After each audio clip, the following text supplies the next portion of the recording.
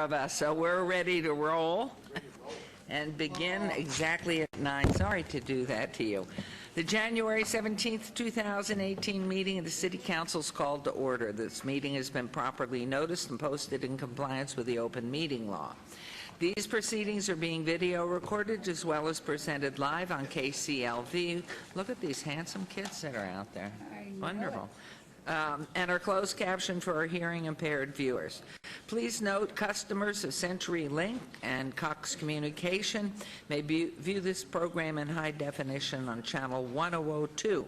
The council meeting as well as all other KCLV programming may be viewed on the internet at www.kclv.tv/live. The proceedings will be rebroadcast on KCLV channel 2 at 4 a.m.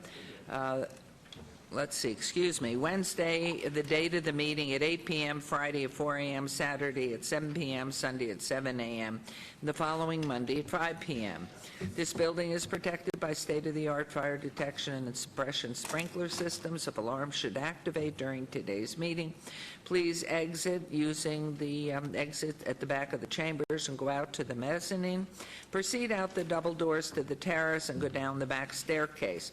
For anyone who has difficulty with stairs, please check with a marshal or fire official for assistance. Once outside, assemble on the northeast corner across the street from City Hall at Lewis and First Streets. Employees wearing safety vests or city marshals will inform you when safe to re-enter the building. For public comment related items on the agenda, citizen participation, public hearing items, we have available a speaker card, which you may complete and submit to our city clerk up front. Cards are available online in the clerk's office or at the rear of these chambers. If you do not submit a card, it does not prevent you from speaking under public comment, citizen participation, or specified public hearing items. If there's anyone present today who has need for hearing impaired equipment, please come forward and see our clerk staff. If you parked in the parking garage across the street, please be sure to have your ticket validated by the security officers when exiting. And before we proceed with the agenda, would everyone please rise this morning for the invocation given by wonderful Mary Bredlau, chaplain, Las Vegas Fire and Rescue, and remain standing for our Pledge of Allegiance. Let us pray. Creator of life, nourishment, and guide of families and relationships, calm us down when we get wound up over the little things in our lives. Help us to regroup after these little things which go awry in all our lives, so that we can then gain a learned perspective to later focus on the big things. If we can't control or change a negative situation, slow us down and whisper in our ear, just let it go. If things get tense during family holidays or national holidays or traumatic news events, help us to focus on what we can do to make a difference for those around us. Strengthen us to be positive leaders in our personal and public lives, even as we walk through the valleys of the shadowed lives of human difficulties. Grant us, O God, your goodness and calming presence in our lives of both the seen and the unseen. Amen.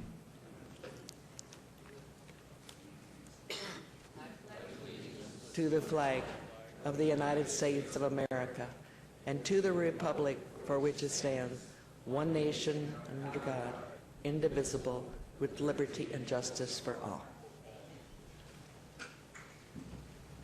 All right, we are coming on down to be among you with our ceremonials. Thank you, Chaplain. That was so on point today.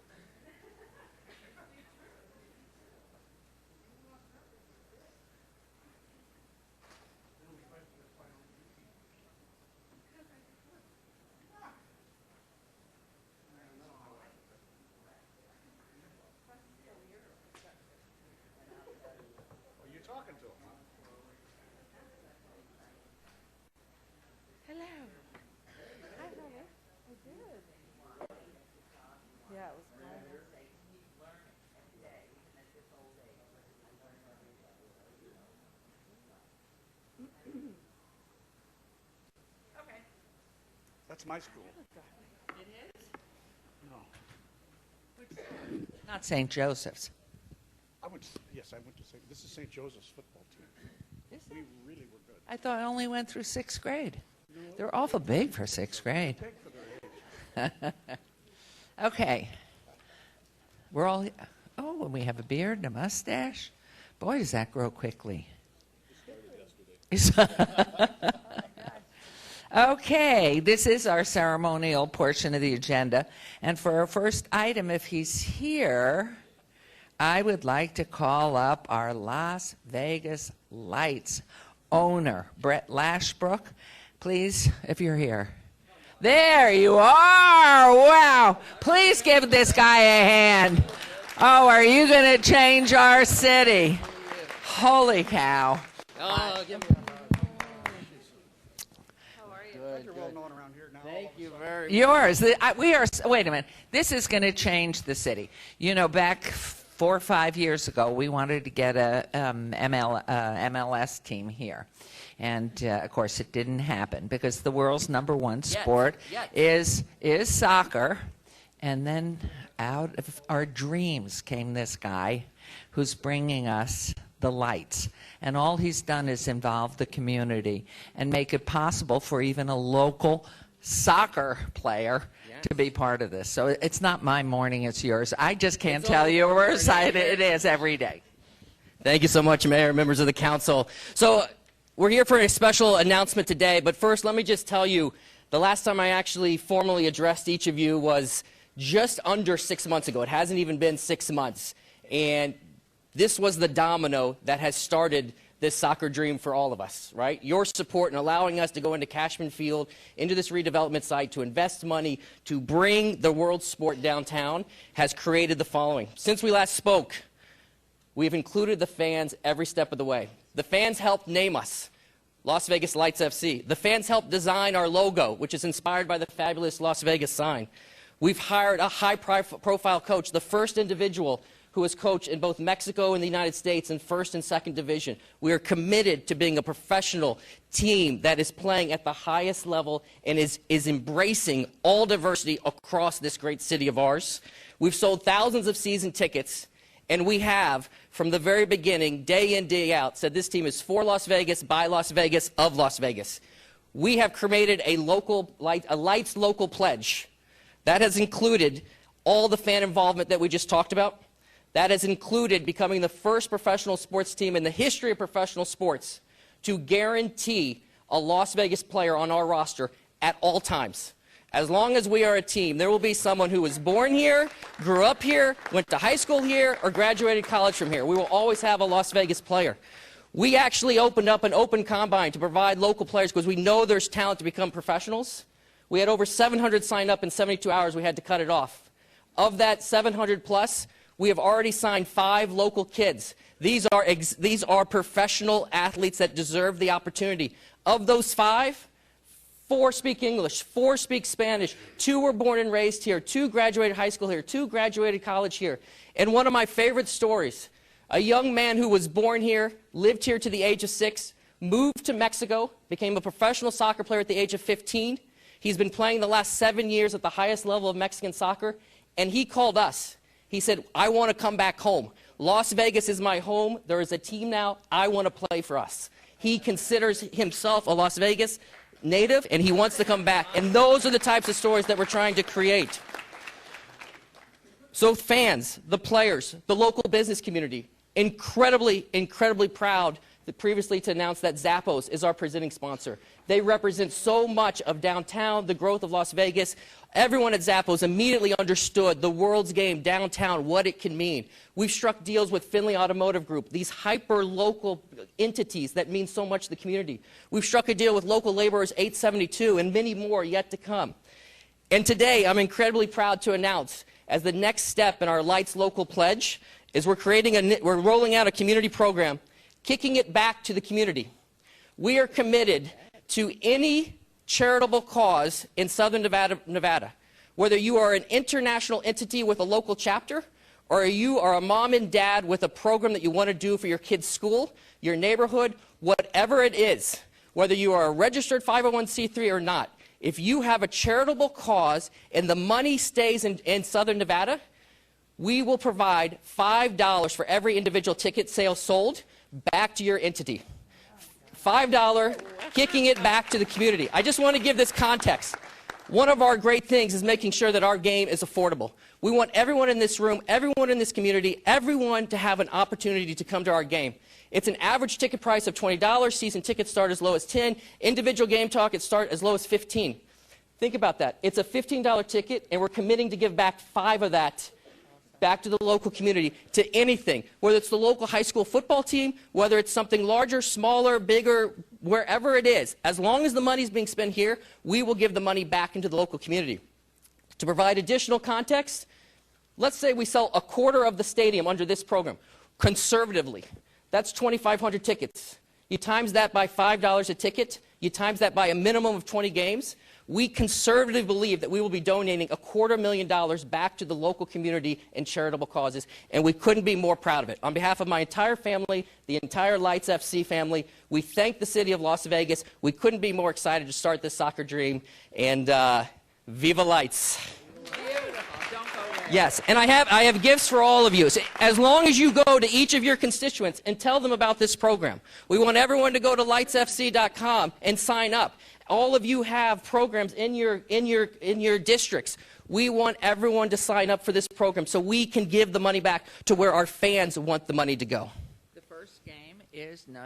The first game, Saturday, February 10th, downtown Las Vegas. We're bringing in not one, not two, but 3 Major League Soccer teams across 3 consecutive Saturdays. How many of you would like to go to that game? What's the cost of the game? Starts at $15. How many of you would like to go to the game? And I'll Forget give the you $5 cost. back. Okay, for every, Brett? Yes. I am paying for each one of these youngsters who raise their hands. But the way you have to do it, and I don't know how to coordinate it, but for this first game, you will not have to pay. You'll get something, but you have to see him sign up, give your name to him, and then you'll give me that back. Yes. Oscar and I will treat you to that player. First game. Thank you. Lovely.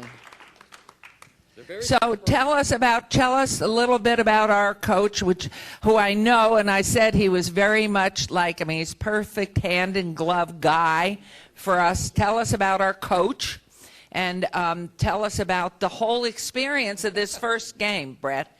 Where are they going to go? Is there going to be a march to the game? What are we doing on the 10th? So they know what they're going to be doing.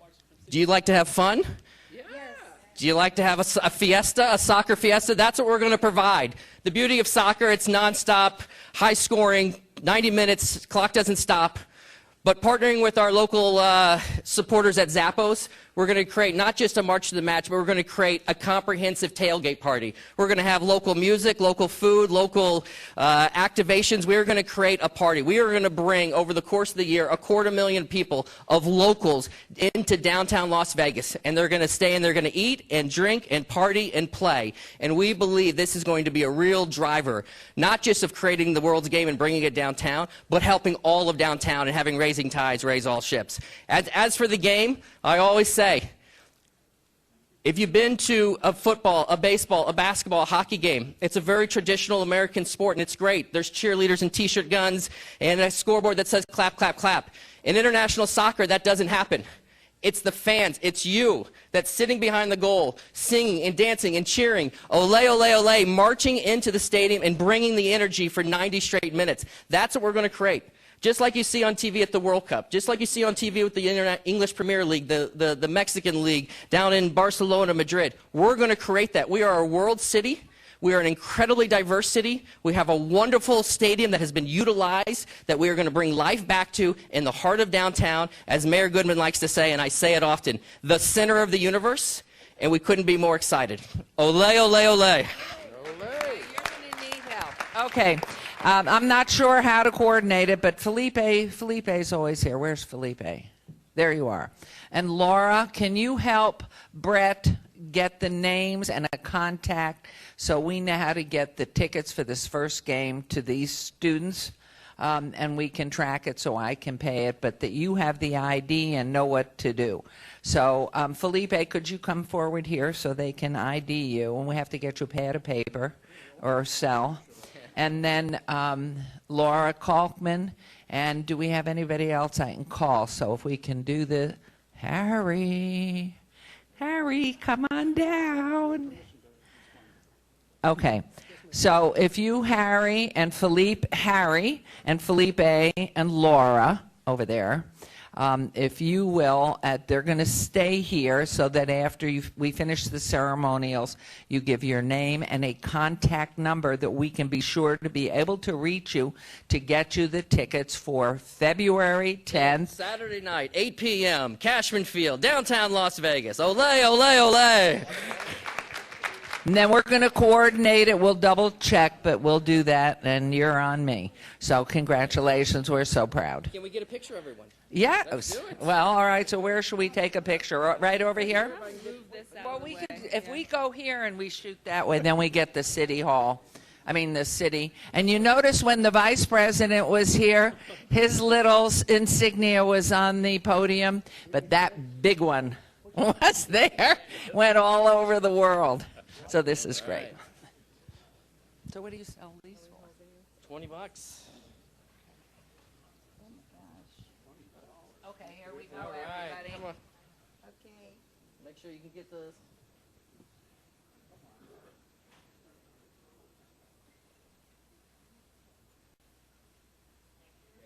Everyone look at Shane in the back. Hi, Shane. You're back. Oh, my gosh. All righty. Thank you. I do not know.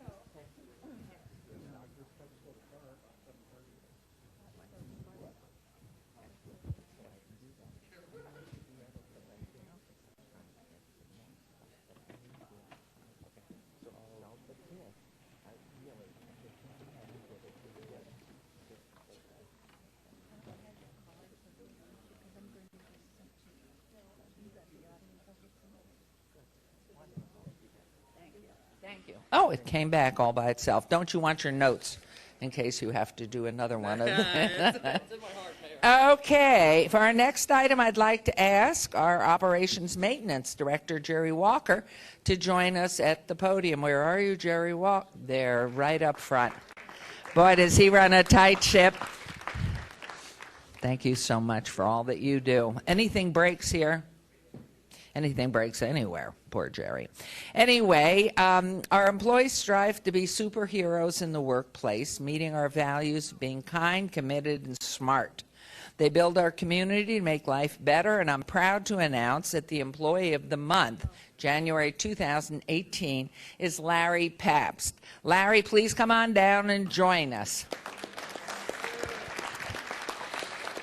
Are you born and raised here, Larry? And what high school? Silverado High School. Silverado. Any Silverado? Wonderful. They're so proud. Larry's a concrete mason and has been with the city for 11 years.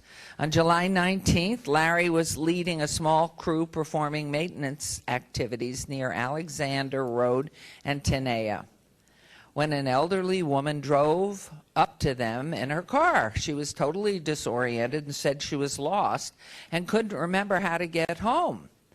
Seeing how distraught and afraid she was, Larry began talking with her and calming her down while working at the same time to get information that could help get her home. He was able to learn that her husband worked at a strip casino, so Larry called the property and eventually made contact with her husband and explained the situation. Larry waited on site with the elderly woman until her husband arrived. Larry's assistance and caring helped this resident through a very fearful situation and ensured she made it home safely. So thank you so much for living the values of our city. We're so proud of you. I'm so glad you're a native Las Vegan. And I want to give Jerry a chance to say a few words, and then we'd love to hear from you, too.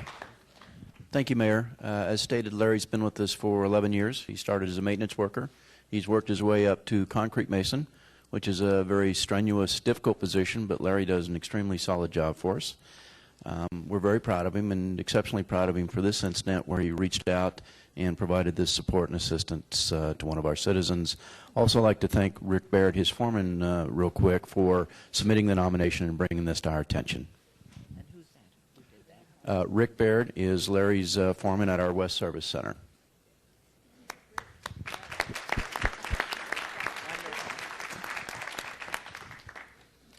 I want to thank Jerry Walker, Matthew Myers, and my boss, Rick Baird, for nominating me and taking care of the guys. We all appreciate it. Thank you. We are so proud. Don't go off. You know, we have a sign on the corner of Clark and Main, and every month one of our employees that is chosen and honored to be the employee of the month has his or her name added to that sign for a whole month. So this will be going up today. Do you get it going up? Who puts this up? Public Works puts it. So, Larry, we're going to go ahead and have a picture, if our council will go over by your sign, and that will be mounted today. If it isn't already up, a duplicate, I don't know. So please come on over. We'll have a picture.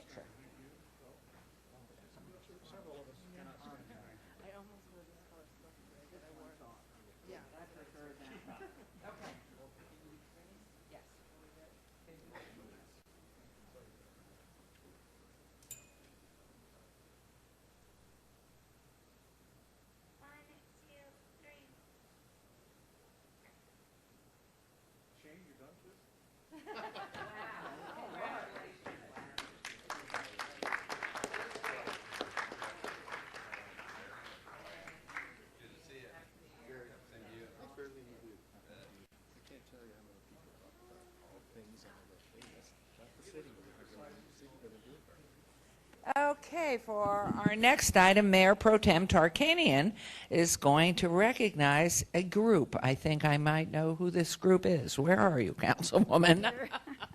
Yes. I wonder if Michelle Hernandez could come up here from Clark High School. Yeah. Michelle is supervising all of the programs now, right? All of the programs that we have that are special at Clark High School. First, I want to say it's hard to believe that a whole year has passed since I had the honor of recognizing young people from Clark High School who were extremely outstanding academic scholars. They were the National Merit Scholarship semifinalists from 2017. And by golly, here we are again, and I'm happy to share with you that once again, the cause for celebration is even bigger and even better. I am especially excited to recognize the winners this year because the total from Clark High School is again higher than any other school in the state of Nevada. Any other school in the state of Nevada. In fact, it's higher than the number of winners Clark had last year, and they had quite a few. The caliber of studies at Clark High School is phenomenal. I go there often, up and down those hallways, and I get to see in some of the classes, and I work with one of your groups, your special groups there in education. For at least 4 or 5 years in a row, their number of semifinalists have exceeded the year before. I don't know what you might do next year. But this, you have an unbelievable total of 23 semifinalists.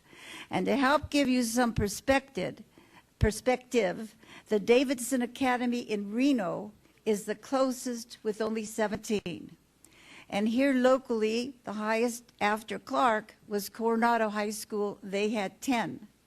Now the Meadows had 5, which is very good, Mayor, because of course you have a smaller population there. And Bishop Gorman had only 1. So by golly, they might have won those championships, but in football, but they didn't win it in the scholarship, merit scholarship finals. What you may not also know is that Clark High School semifinalists, and we do it earlier in the year before we get to the finalists, and sometimes people say, well, why are you doing that?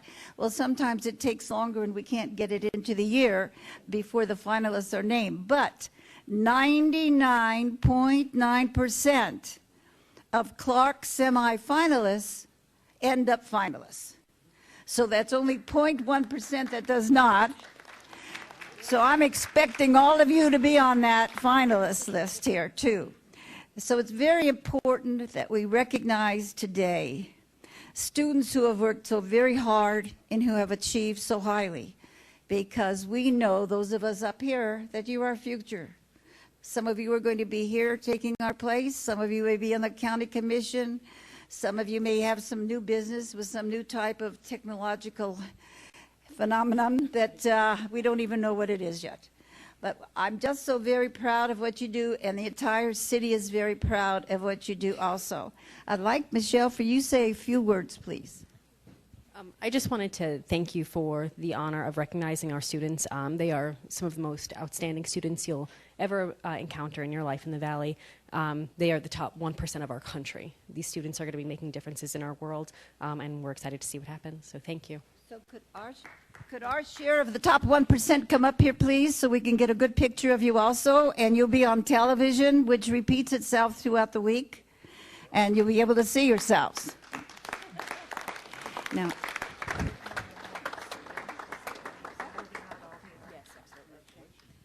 of course, everybody couldn't be here today because Congratulations, Steve. Proud of you. Good job.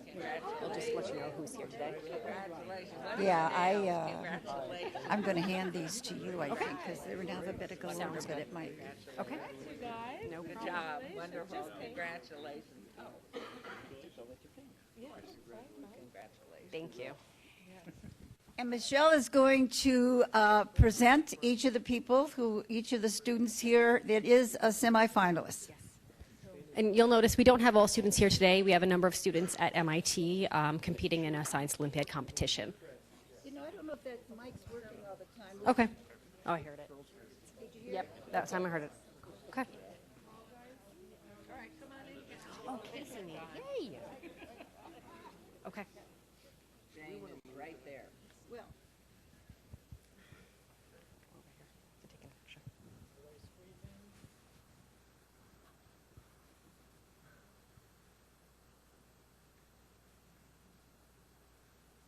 if we need to move closer, we can move closer. Was it okay? Okay. Would you name the people who are here? Yes. Let me tell you, we have for each of you, and I know you all couldn't come today, but we have a certificate from the city saying how great you are. And one last thing. I've done this for many years, and I'm so proud of Clark. What I'm going to do is I think I'm going to, before I leave office, get a big trophy or a big plaque to put up on your honor wall so that all your names can be put there for all that have been there and in the past. Because what you achieve, the top 1% in the country, that's all those people, you know, that live around Harvard and all those places. We got Las Vegas there, too, in a good amount. So we're going to do that, and I'll work with Michelle and with your principal in doing that. Go ahead, Michelle. Denise Castle. Oh. I'm going to give you one. It may not have your name on it. Yep. This is Davis Crouch. She's not here. Okay. I'm going to suggest you just start at the end and just we'll work do that it way? Okay. Yeah, each one. Okay. Gabby. Okay? There you go, In Beth. fact, you can stay there. We can come to them. Okay. We'll And then do it that way. Casey May Perez. Tara McNeil. That's Denise. Michael Pasimio. Ben Hand. Samantha DeFulvio. Anish Tavati. Trevor Pearl. And Nikolai. Okay, thank you.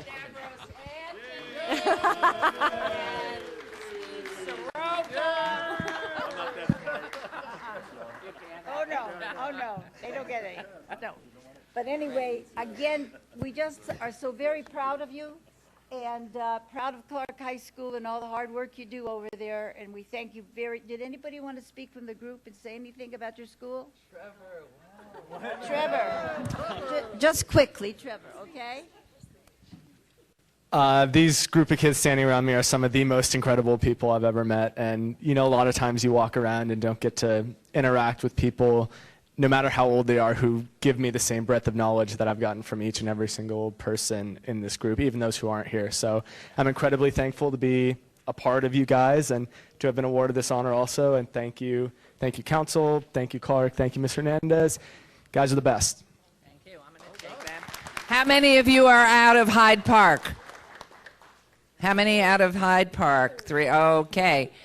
Which one? I went to day school. Day school? Cashman. Oh, Cashman. Any other Cashman?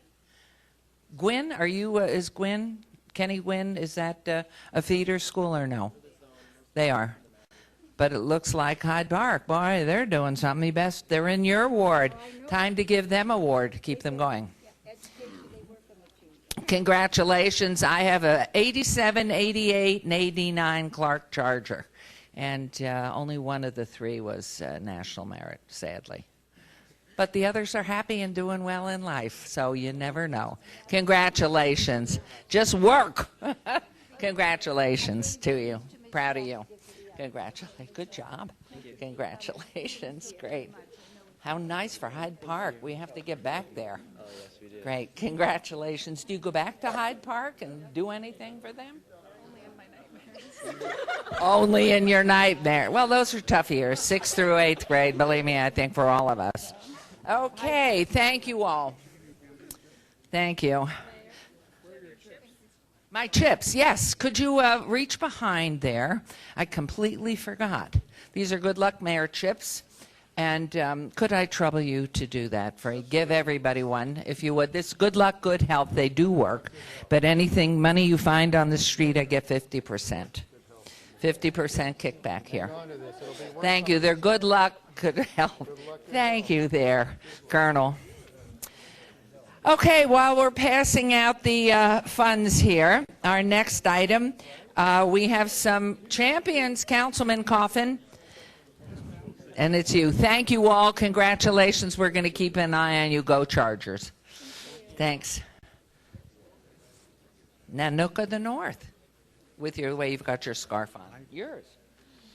We have to declare this on our expense report. I believe it was a $20 value, retail, dollar to us wholesale. Thank you very much for being here. And Brains, please sit down because you're blocking the view of the Braun. For now, we have honored, well, I don't mean to, I'm sorry, guys. You're all bigger than me, so don't take it personal. Football is, thank you, Mayor, and thank you for wearing flats. Consistently, she wears flats for us, particularly me. I want to say thank you for Councilwoman Tarkanian for bringing these kids here. One of the kids called them the kids, which, you know, means that they're all on the same level. But sitting behind these brilliant students are the people who hold high schools up, literally with their bare hands.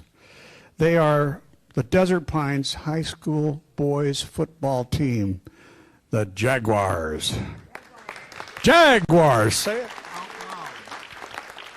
Okay, they won the state AAA boys or men's football championship, reflecting real East Side pride. It isn't often that we get to salute a school from Ward 3 in the east side of the city. It's terrific. We have the best darn high schools in town right there. It's just that the people who live on the west side of town frequently overlook where the talent really lies. And here it is in live, the boys from the Jaguars. Okay, I went to Gorman, it's true, and apparently we didn't do very well in the national finals one. However, I'm sure that Desert Pines had some that were just neglected to be on the list. Everybody likes to poke fun at my alma mater, Gorman, but heck, you know, it survives by the skin of its teeth on its own money. It doesn't have all that state money you guys are living on. Oh, I'm just kidding. Please, Jaguars, you have done something really important. You've risen above all the others to become state champions. That is something you will wear with pride all of your life. You may think you're headed to the NFL. Maybe you think you're going to go to college, and I hope you do. Watch your heads, guys. Watch your heads. Take care of that organ. It's the only one you got, and it needs to last a lifetime. And hopefully you'll have gray hair sprouting out of your head before you expire. All I know is don't let your brain die. Keep onto that helmet. Follow the rules. Principal Isaac Stein, would you please come forward? Athletic Director Gertha Robertson, Athletic Administrator Robert Kowalski, and the head coach Tico Rodriguez. Please join me here at the podium.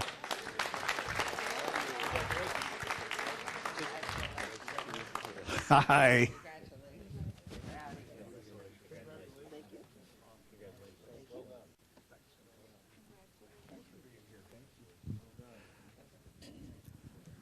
Desert Pines sits at the intersection right close to Harris and Washington. And we could call it an inner city school, but I think it's important to know that our schools are the center of town, not intercity, but the center of Las Vegas. And our schools reflect the basic values that are taught by all of us who grew up here in Las Vegas. You did, I did. And so we learn how to respect our neighbors in our city. We take great pride in our town. And we take great pride in where we live, and that's why we have Eastside Pride. On November 25th this year, Desert Pines won their second straight Nevada State AAA, and they beat Mojave. We're very proud of our students for both staying in school and being athletes, not an easy feat.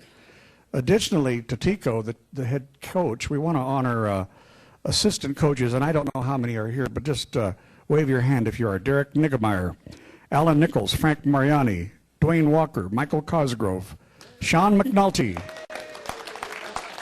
Michael Goff, Julian Yearwood, David Hill, and of course, head athletic trainer, Albert Tinoco. Where are you? Albert, are you here, the trainer? Okay. All right, he's training somebody else. Look, in the proclamation, which everybody is going to get a copy of, it just thanks you for being so good, for being good students, for staying in school, and being good examples for not only the kids in school, but your brothers and sisters, and honoring your parents by continuing to follow through. Do your very best, all you can, all your lives. Miss Gertha, come here. Please, would you say a few words? And after you, Mr. Kowalski, we want to hear from you. We have a saying at Desert Pines, you can't hide that DP pride. Desert Pines opened in 1999, and I'm proud to say that I've been at Desert Pines since 1999. I would not want to be anyplace else. I've watched us grow. You just don't win state. I've been in athletics my whole life. These guys are exceptional. They're not only exceptional on the football field, they're exceptional everywhere, on the field, in the classroom. I love them. I love our coaching staff. I love the school. East Side, West Side, DP is the best. All right. East Side, West Side, DP is the best. Kowalski, have a word. Thank you. First, I'd just like to say we're very grateful for the council, Mayor Goodman, and Mr. Coffin for inviting us here today. We love any chance we get to celebrate our kids' achievements. I would love to run through the whole thing, but I don't want to steal the thunder of our principal, who just got lucky to get out of jury duty in time to join us. So I'm going to turn over the microphone to Mr. Stein. Well, I did make it. Well, thank you. Thank you to the council so much. 2 years in a row, and this has been a great honor, and it's a great respect to our students. The city works really efficient. 9:19, I got out of jury duty just in time for this, so thanks for the work. So when they say us bureaucrats don't work really hard, we do, and we're efficient, so you see it right here. And I missed yesterday's honoring of our team, so I'm glad I was able to be here today. It was right next door, and I was able to scoot over here. But we thank you so much. These students work really hard, not just on the field, off the field. These students have over a 3.4 GPA cumulatively. That's first of all. Second, Second, I can't tell you how many, while in jury duty, you have a lot of time, and during that time, the students know I started signing straight A report cards, and I'm signing about 80 of them right now, and I have to say, at least 6 of them I'm halfway through are students sitting right here, right now, that either received straight A's for the quarter or straight A's for the semester. So, nice job, Jordan Butler. I see you right there. You're one of them, so nice job. On top of that, the last 2 years, we have over 32 students that are going to universities, Division I schools, so they're achieving academically, and when they come back, they've all achieved and doing great in school. And this group, last 2 years, have received over $18 million in scholarships. So, and it's an amazing group. It's an amazing school. We know it's the gem in the desert, and we appreciate all the support we get from the council, the community, and everyone. So thank you so much, but we really honor our students. They're great kids. Don't ever call yourself a bureaucrat. Teachers, principals, you're on the front line. You are not paper pushers. Remember that. Coach. I'd like to thank the City Council for inviting us here for this tremendous honor, and Mr. Coffin for extending this gracious opportunity to our kids. We've had some success on the field, but more importantly, we've had a lot of success off the field academically. And the main reason is our principal right here, Isaac Stein. When I took over the job, he has given me every tool to be successful, not only on the field, but in the classroom. He cares about our players. He does everything that these kids need to achieve and go off to college. We've had 34 kids go off to college in the last 2 years. Last year, we had 8 Division I players, schools like SC, Cal, and it's his leadership that's made that possible for us. So, you know, the players had a great year. This was a relatively young team, mainly sophomore and freshmen. So our future is bright, and I'm just really excited and proud of these kids, and I love working with them. I've been at Desert Pines since 2001, and there's no other high school I would rather work for. So thank you. It's just a good community of administrators and coaches and kids. So we're a happy school, and we want to continue success. Thank you so much for this opportunity. Well, we're trying to catch Gorman, so we're on our road. Yeah. Thank you. Oh, and you're going to coordinate, would you mention that he's going to coordinate getting the names for the soccer? Yes, you bet. Yes, the young men and you are going to learn the fleet sport, the ones that, the kids that move. Well, thank you very much, Coach. You've set a wonderful example. Your words are inspirational. Principal Stein, especially you, for continuing your dedication. And I know that there will be a three-peat in the future, but importantly, they repeat their grades. This is a wonderful story. 3.4 average GPA. Truly nice. So remember that, Clark. You can be tough too. Go Gales. No, I was going to say, could we invite you up for a picture? Let's invite you up. Yes, I'd like, thank you, Mom. I'd like to invite you up for a picture. Okay, you all are taller except for the short councilman. He said he was short. So short councilmen and councilwomen go in front.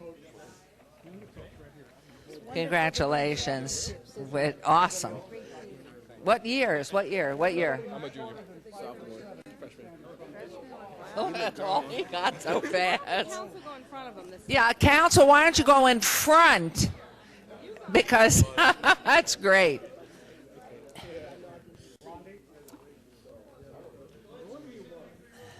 All right, everybody, if you can see Shane in the back in the blue there.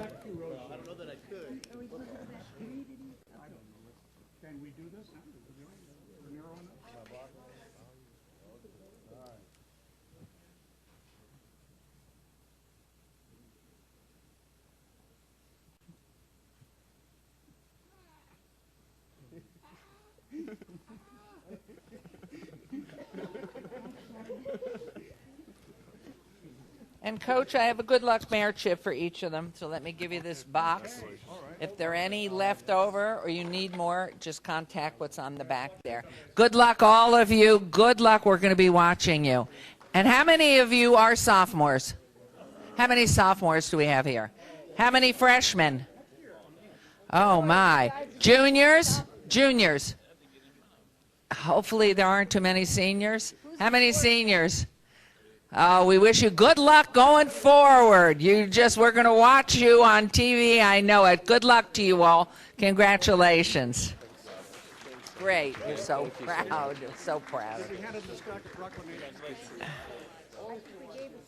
Yes, you had the stack.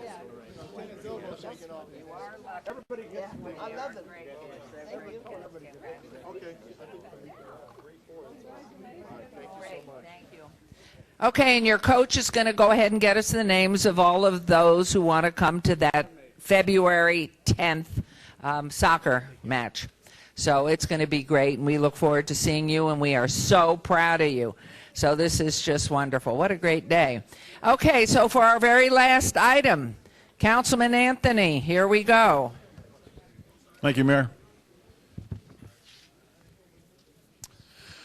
Okay, on January 9th, National Law Enforcement Appreciation Day was celebrated, a day to recognize the brave men and women who protect our community each and every day.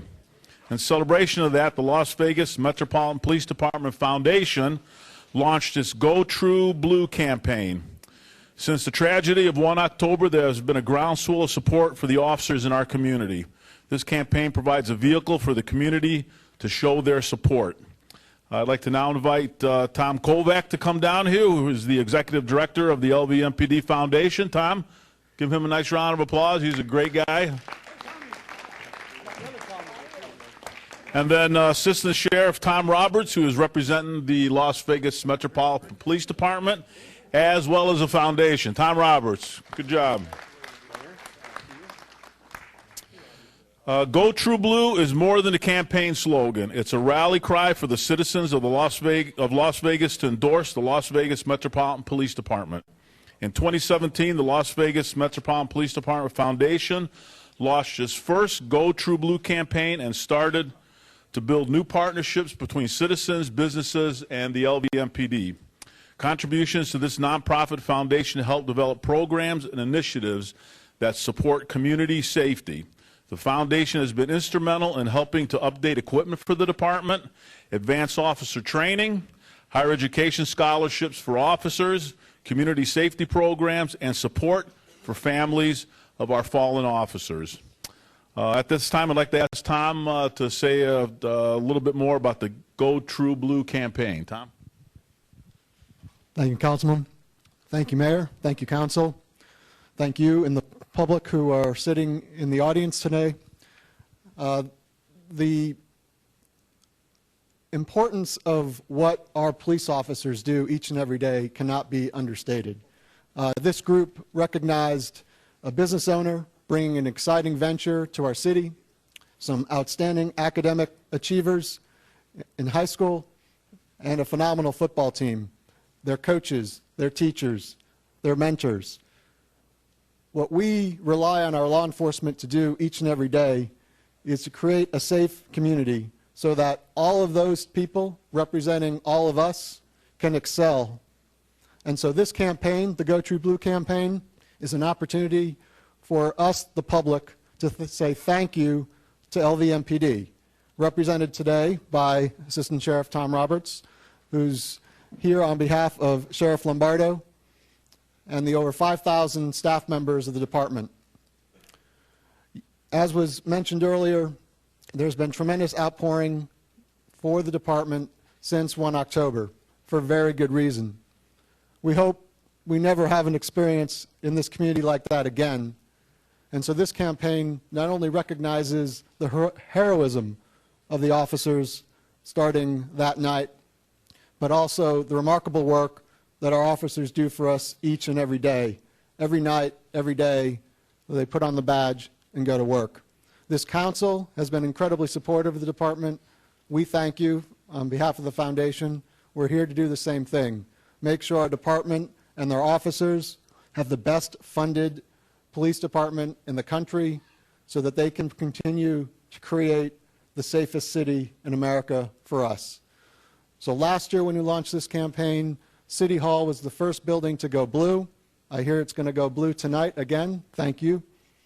And we're going to celebrate and recognize and raise as much money as we possibly can for this department throughout this month and throughout the year. So, Councilman, you know better than anyone, given your long career at LVMPD. So thank you for spearheading this recognition for us, and to the entire council for once again for proclaiming today, I hope, Go True Blue Day. So tell them how they can contribute before we finish. We have a website. We'd love you to go to the website, lvmpdfoundation.org. You can make a donation, or you can show your support by posting a picture of you wearing blue and saying something supportive of the department and the Go True Blue campaign. And perhaps most importantly, when you see someone uniformed like Sheriff Roberts, thank them. Thank them for what they do for us each and every day. Thank you.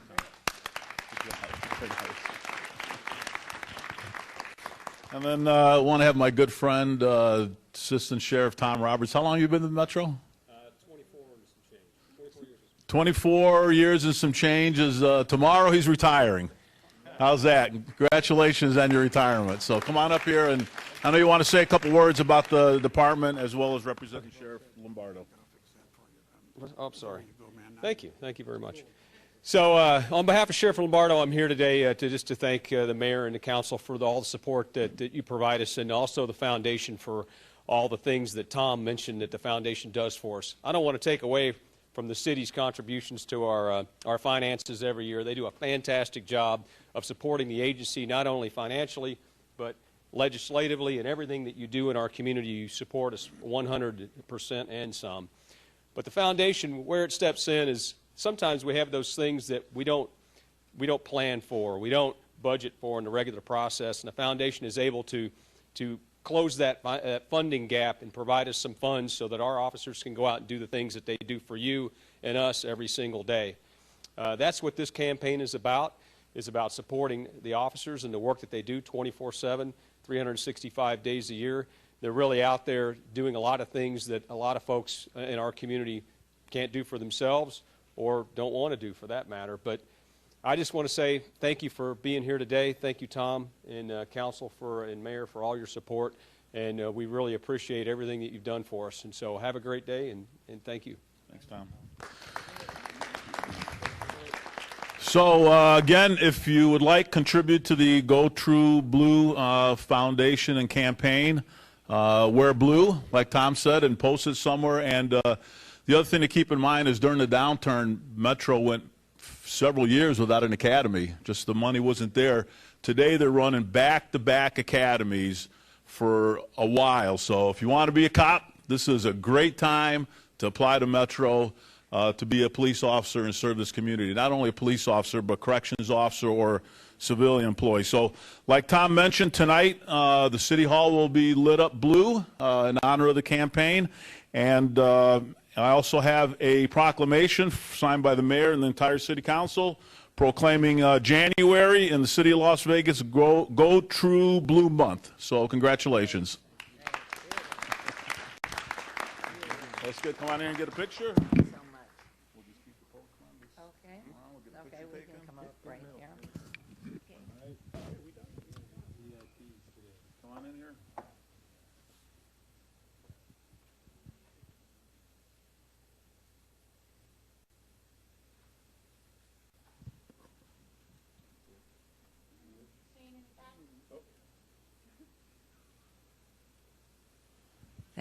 Thank you all for what you do every single day. It is true. And before we disband for a moment, we have an apology. We at the City Council constantly rely on each other to make sure that we're doing everything we're supposed to. Well, the ball fell. Larry, please come back up here. Our Employee of the Month, Larry Paps, we had an award and we didn't give it to you. We gave you a great chance for a picture, whoopee-doo.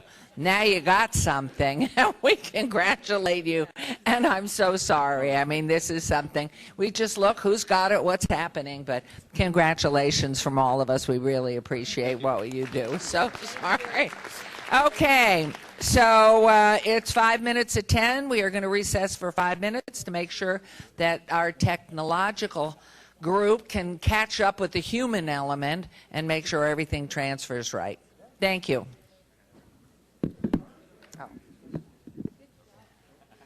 Fun.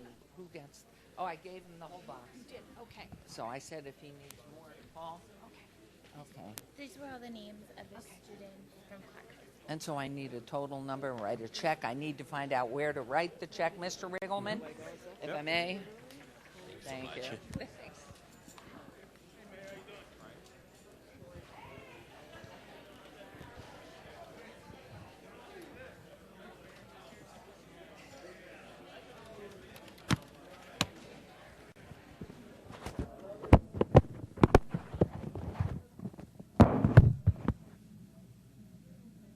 Hey, how are you doing? Good to see you.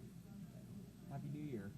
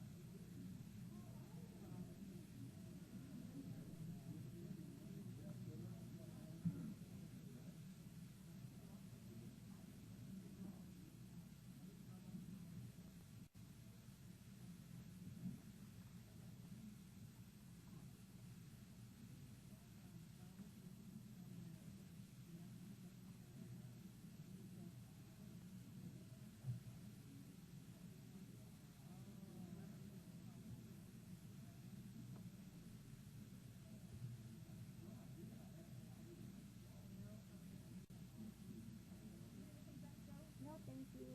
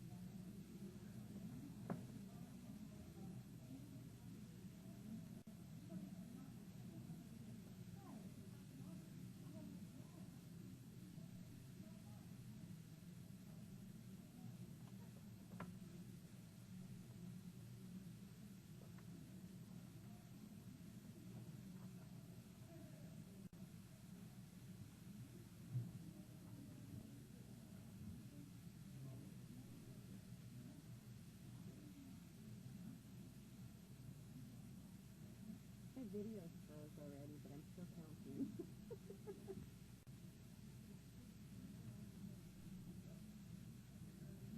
Yes.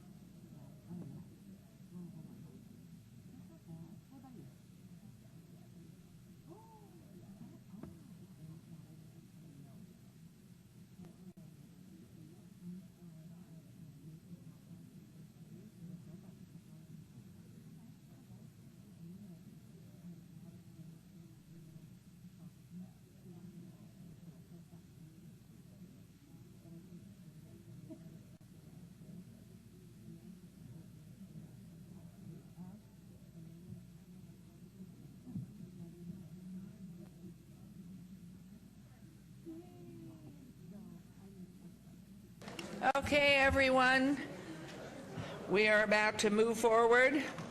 You can walk slowly because now we're 1, 2, 3, 4. We're ready to move on. Agenda item 9. Public comment during this portion of the agenda must be limited to matters on the agenda for action. The amount of time any single speaker is allowed may be limited. All comments made will be cross-referenced to those specific agenda items. If anyone submitted a speaker card who wishes to speak under this portion of the agenda, please come to the podium, state your name for the record. This is your opportunity to address the council, but the council is not able to respond or engage in dialogue. We'll set the time at 1 minute. Please come forward and state your name for the record. I'm Patricia Oldenburg. I live in Eastland Heights. I'm here on the annexation. It's ridiculous, but we are all so opposed to this in every area. We have people in every area going door to door, okay? And what you guys have caused is just complete chaos in all of our lives. I own 2 homes in the city of Las Vegas and 1 in the county. And I will never buy another one in the city ever again, okay? And I've lived here for 48 years, okay? And it just leaves a nasty taste in my mouth of what has happened with our group, okay? And I sure hope you guys look at this again very good, because it's sad. It really is sad that you're putting all of us, all 873 acres of us, in this same category as you're doing, okay? And, you know, I don't know if you all own horse property or whatever, and we do pay our bills, we pay taxes, and we do pay for our fire and everything. Thank you for your comments. Appreciate it. Next.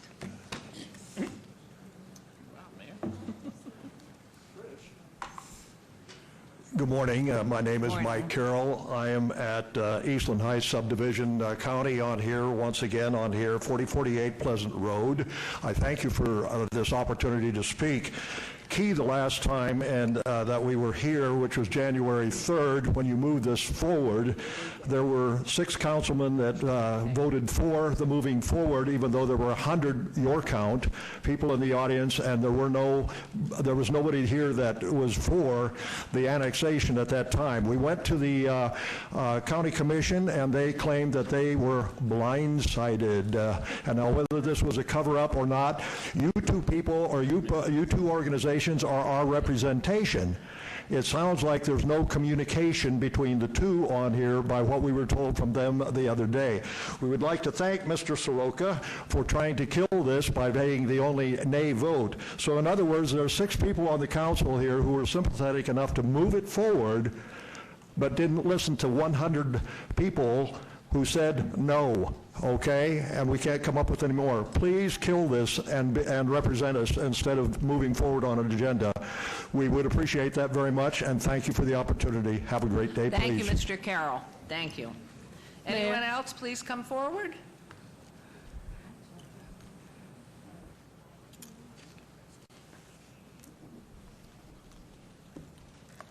Morning. Good morning, Madam Mayor and council members. I'm here on agenda item 74 and 75. I don't know if I'll be here later today. Okay, and I just your name, wanted to, please. Oh, I'm sorry. I apologize. Elizabeth Ghanem-Ham on behalf of the applicant, 180 Land, EHP Companies, 4-star as well. So I have some documents that I'd like to put into the record for those agenda items. We didn't have an opportunity at the last hearing to do that, so I wanted to do that now. And these are documents that will show 2 things. One is that we do not fall under the Pecoli Ranch Master Plan, Phase 1 or 2 for that matter, and because of those reasons, we're not required to do a major mod. The second part of that is, even if we do fall under there, which we assert that we do not, also a major mod's not required, as your staff has told you. So I just wanted an opportunity to put those documents all in the record now so that we have them in case I'm not here for the agenda items later. Thank you. Thank you very much. Thank you very much. Oh, here's our favorite. Hello, people. Hey, Councilman. Hi there, Commissioner. Happy New Year, everybody. Yay, Commish. Former councilman, Lawrence Weekly. Oh, don't start, man. No, he's the best of the best of the best. You've done Hi, so much everybody. for our city and our entire community, and we love you. And he's chairman of the you, Mayor. LDCVA on top of it. And we are just so proud of him. Thank you, Just Mayor. so I proud. appreciate So it. anyway, your name, please? Yes, ma'am. With all that being said, hey, Scott. I'm Lawrence Weekly, County Commissioner here in Clark County. Mayor, I just wanted to take this opportunity, first of all, to congratulate you on a great state of the city once again. Congratulations, and thank each of you for your service here in the city of Las Vegas. Hey there. What are you drinking over there? You interrupted my 2 minutes. Okay, Mayor. he's getting an extra half minute plus a minute because Thank everybody you. else got a And minute. then let me thank you and Councilman Barlow very much for once again hosting the 36th annual Dr. Martin Luther King Jr. Parade. We was appreciate your beautiful, service. wasn't it? Beautiful day. We were very blessed. Mayor, I just wanted to come and put my letter on the record in support of the residents on the annexation issue that you all are dealing with. I understand it's a really tough issue that you all are dealing with, but as a representative of the area, I believe it's important for me, having met with a lot of the residents here who have lots of concerns as the city contemplates on how to move forward on this particular issue here. It's a huge impact on a lot of the residents who bought into a concept years ago. And many of you, all of you up there who are property owners, understand that when you buy into a lifestyle and you're accustomed to that lifestyle, that's what you expect to live out your life with. And so, having met with many of those neighbors, they're very passionate about staying county residents and just kind of keeping that. Many of them who have that RMP or that rural lifestyle, they enjoy that. And so I just hope and pray that you all will please take some kind consideration as you all contemplate on that particular issue, and please give the residents an opportunity to have their voices heard. And I wanted to submit my letter for the record, because, Mayor, you were quoted as saying no county commissioner showed up to speak on this, so here I am. But you do know I did give you a shout out in particular when we Yes, talked ma'am. about the library on Yes, ma'am. 28th and Bonanza. Specifically, I called you out. Hanging out with You're a Councilman great guy. Coffin was a great event. Yeah. Thank you for the invite. Thank you, sir. And two, even though we're not to be commenting, you are so eloquent and so rational and polite and courteous, and you make people want to hear you, and it's wonderful. Mayor, thank I you. hope your future is beautiful and your family, too. Thank you so much. Thank you for Thank coming. you all very much for listening. Thank you Madam for that. Mayor, if I just might say something, Larry, before, I miss my snack partner. I just know. want to tell you that very, very much. I can only imagine Councilman Stavros does not take care of you the way I used to, and so he's going to have to step. Absolutely not. He just He's going to have to totally step his ignores game me. up over there. But I do want to tell you, Larry, that 2 years ago, I began speaking with some of the county commissioners because, we had that situation with annexation. Yeah. At that time, I spoke with Larry Brown, I spoke with Susan Brager, and they told me that the area that I was talking to them about is what should be annexed. It's completely surrounded by the city, and the people who live in that area that's in the city pay city and county taxes. Yes, ma'am. And it's a little hard when the ones who live in those islands only pay county taxes. Yes, but ma'am. they can't. So I just wanted to mention that to you, and also to let people know that I have talked, I know, with several of the county commissioners. Yes, And ma'am. anyway, it's wonderful to see you. I want to tell everybody here, when I first got elected, I felt a little shy and everything. And there was a celebration downtown, and they were jiving music, and I'm standing in the background, and what the heck? Here comes Larry, and he pulls me out to dance, the big dance. So I always remember that. Appreciate you, Larry, very much. Well, Councilwoman, Mayor Pro Tem, I'm never shy to turn up. It doesn't matter where I am, I'll turn up anywhere. But at any rate, I just want to say, and this is not the time or the place to do this, but I just believe that when civilized people come together and talk out issues, things can happen. And so with all of this proposed city, county beefing and all this kind of stuff, guess who loses in the end? The residents do. And so it's very unnecessary and it's very uncalled for. And I think that we were all elected by the people to do the right thing on behalf of the people. So I appreciate the opportunity. Thank you all very You're a much. wonderful advocate for everyone. Thank you all very much. so God bless y'all. Thank you. Thank you. Anyone else wishing to be heard? Mayor?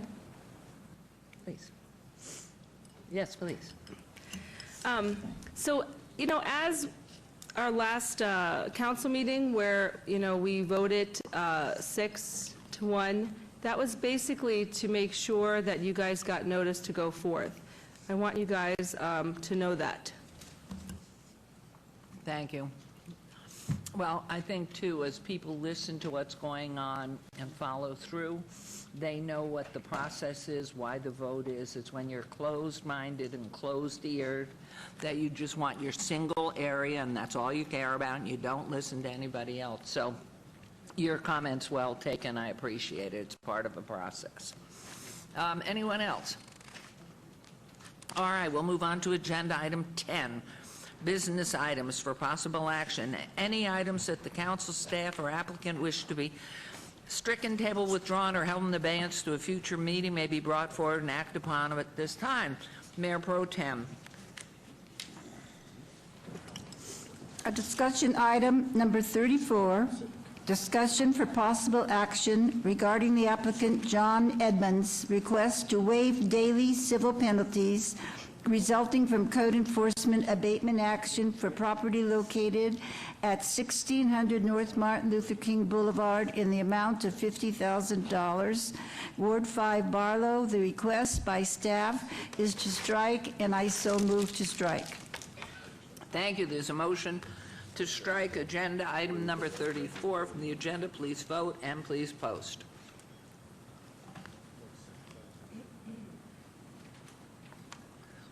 Thank you. That motion carries.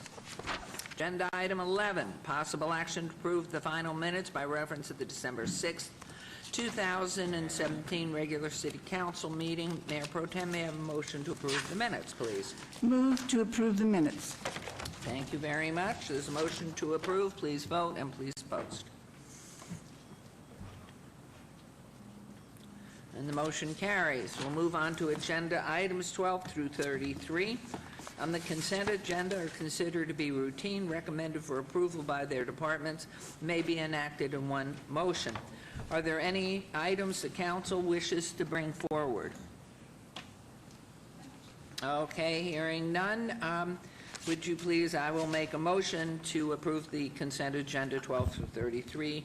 Please vote. Madam Mayor, I just wanted to pull out one, I don't know the number of it, is relating to the name of a street change. I thought it was on the consent agenda.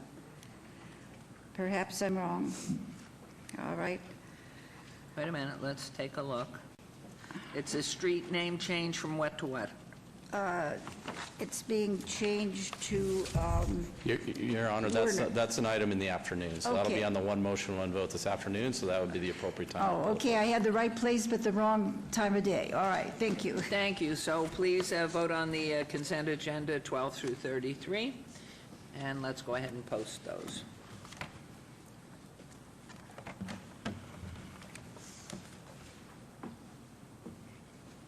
Did you post it?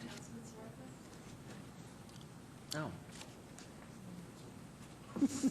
And those motions carry. Thank you. And obviously, we had just stricken the 34. So we will now move on to agenda item 35. And planning. Whoops. Discussion for possible action regarding the suspension and revocation of a temporary packaged liquor license, license number P as in Paul 6500161, denial of the request for a permanent packaged liquor license for Algin LLC DBA House of Liquor at 8053 North Durango, Suite 160. Courtney, and I'm sorry for doing this to the name, I think it's Ginn, managing member. This is in Ward 6 with Councilwoman Fiore, and good morning. Good morning. Mary McElhone, Deputy Planning Director. House of Liquor was issued a temporary packaged liquor license on July 19, 2017, pending the full suitability background check. Permanent licenses for a convenience store, tobacco dealer, and ATM were also issued at that time. Then on December 20th, 2017, the temporary packaged liquor license was suspended due to an area of concern report received from the Las Vegas Metropolitan Police Department for the suitability background check. This report indicates that the sole owner, applicant, Courtney Nguyen, is not suitable to hold a privileged license in the city of Las Vegas for several reasons. First, during the Metro investigation, Ms. Nguyen was not cooperative and was even deceptive. She failed to disclose or furnish prior employment and business information at 3 different establishments in California, and left out the fact that she was involved in 2 establishments here in Southern Nevada in her suitability application.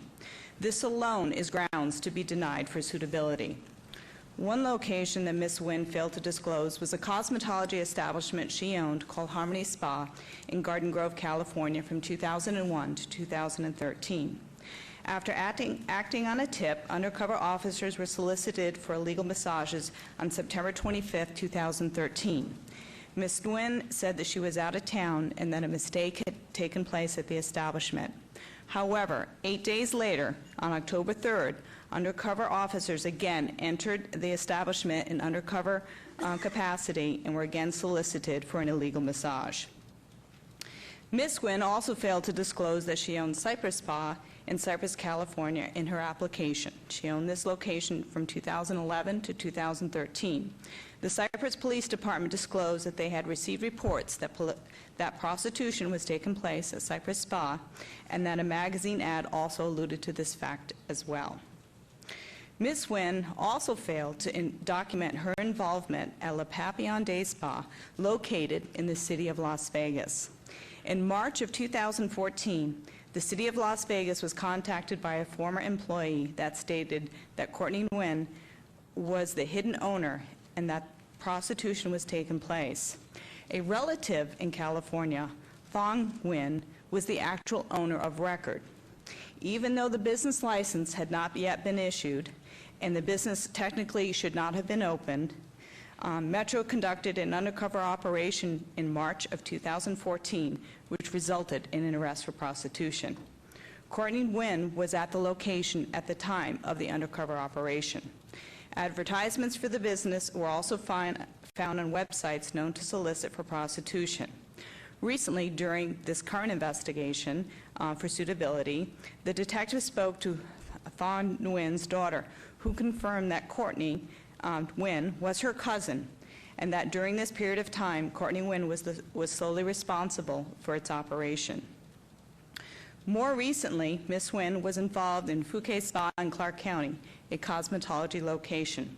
In February of 2017, a Metro undercover officer was solicited for an illegal massage.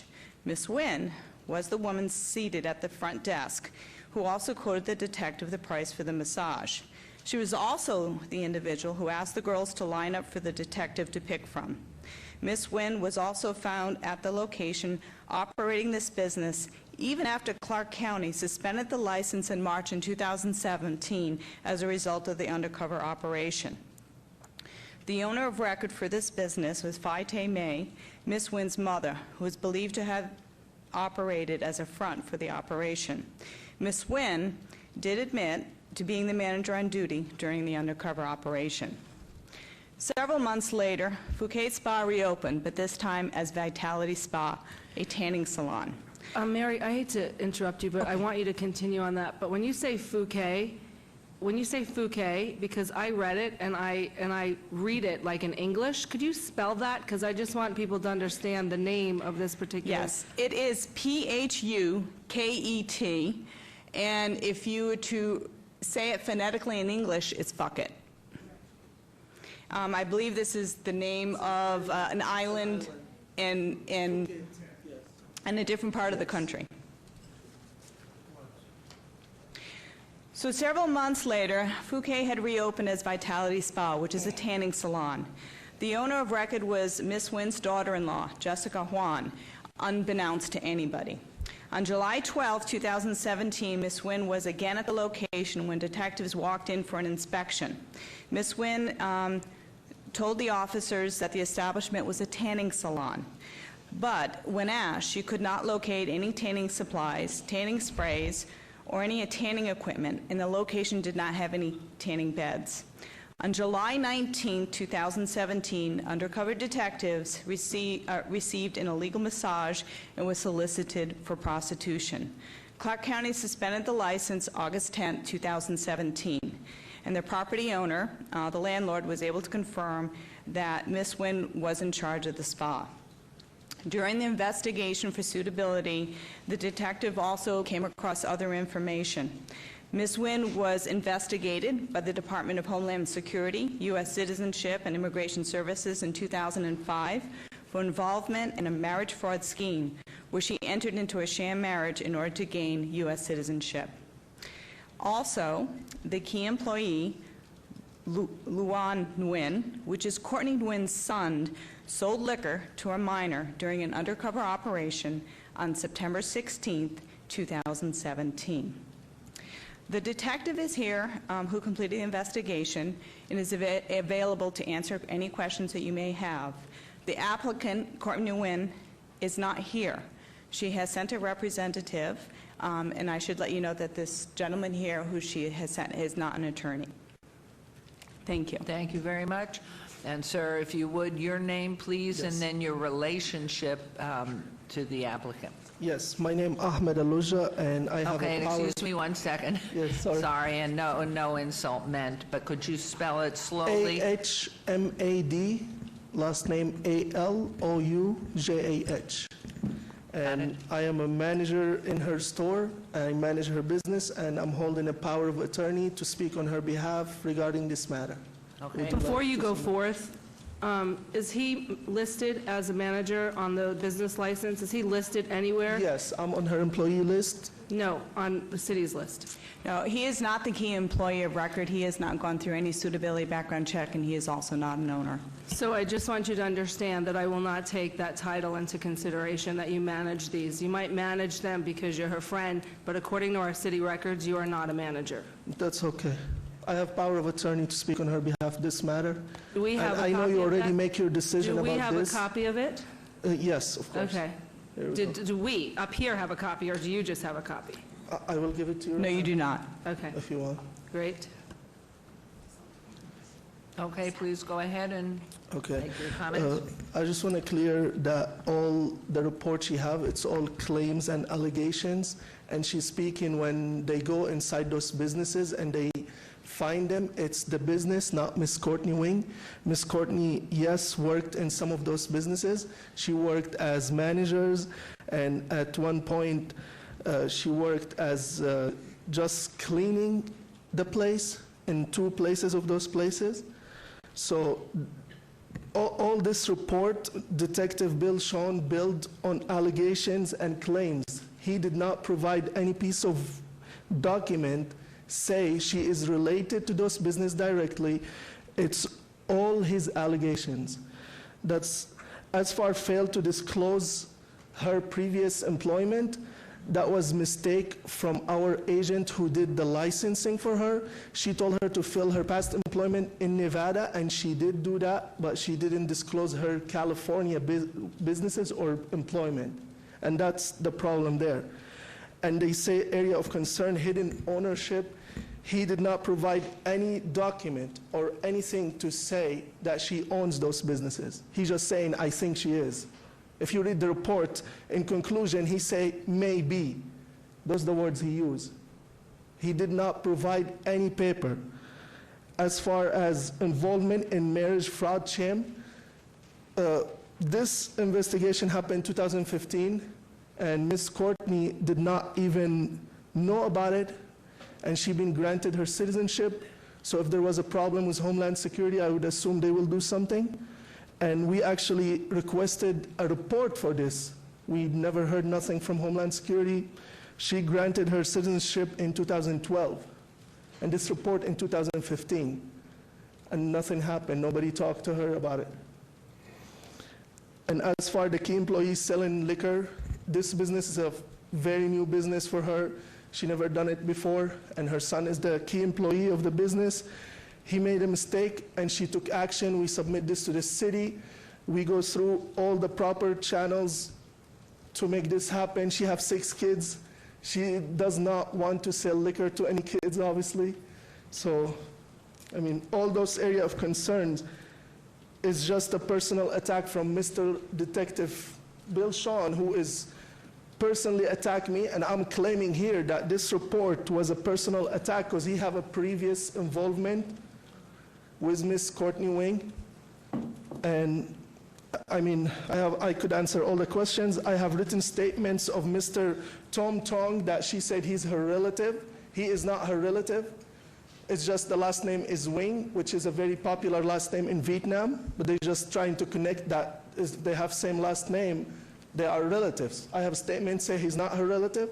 I have statements say that he bought that business on his own. And I have a statement say that she was not here in Las Vegas when he was here because she lived in California, Orange County, then she moved here. So all the statements are notarized. I have statement from the landlord for Phuket Spa, which is an island, ma'am. You're trying to mention that it's Phuket, which tells me that you're already part of the process. So, first of all, sir, because Yes, your accent... you don't have to mention listen that. to me for a minute. Okay, Your but the way you accent said is- it, that you're trying to make her look Phuket. Listen to me. Okay. Because your accent is different, what is the appropriate way to address you? By your first name or last name? Aluja, whatever you like. Aluja, Mr. Aluja? Yes, ma'am. Okay, Mr. Aluja, thank you. Continue. Okay. It just, the whole process of this license was very painful for her because the way she been treated, she was being treated as a criminal, not as someone trying to open a business.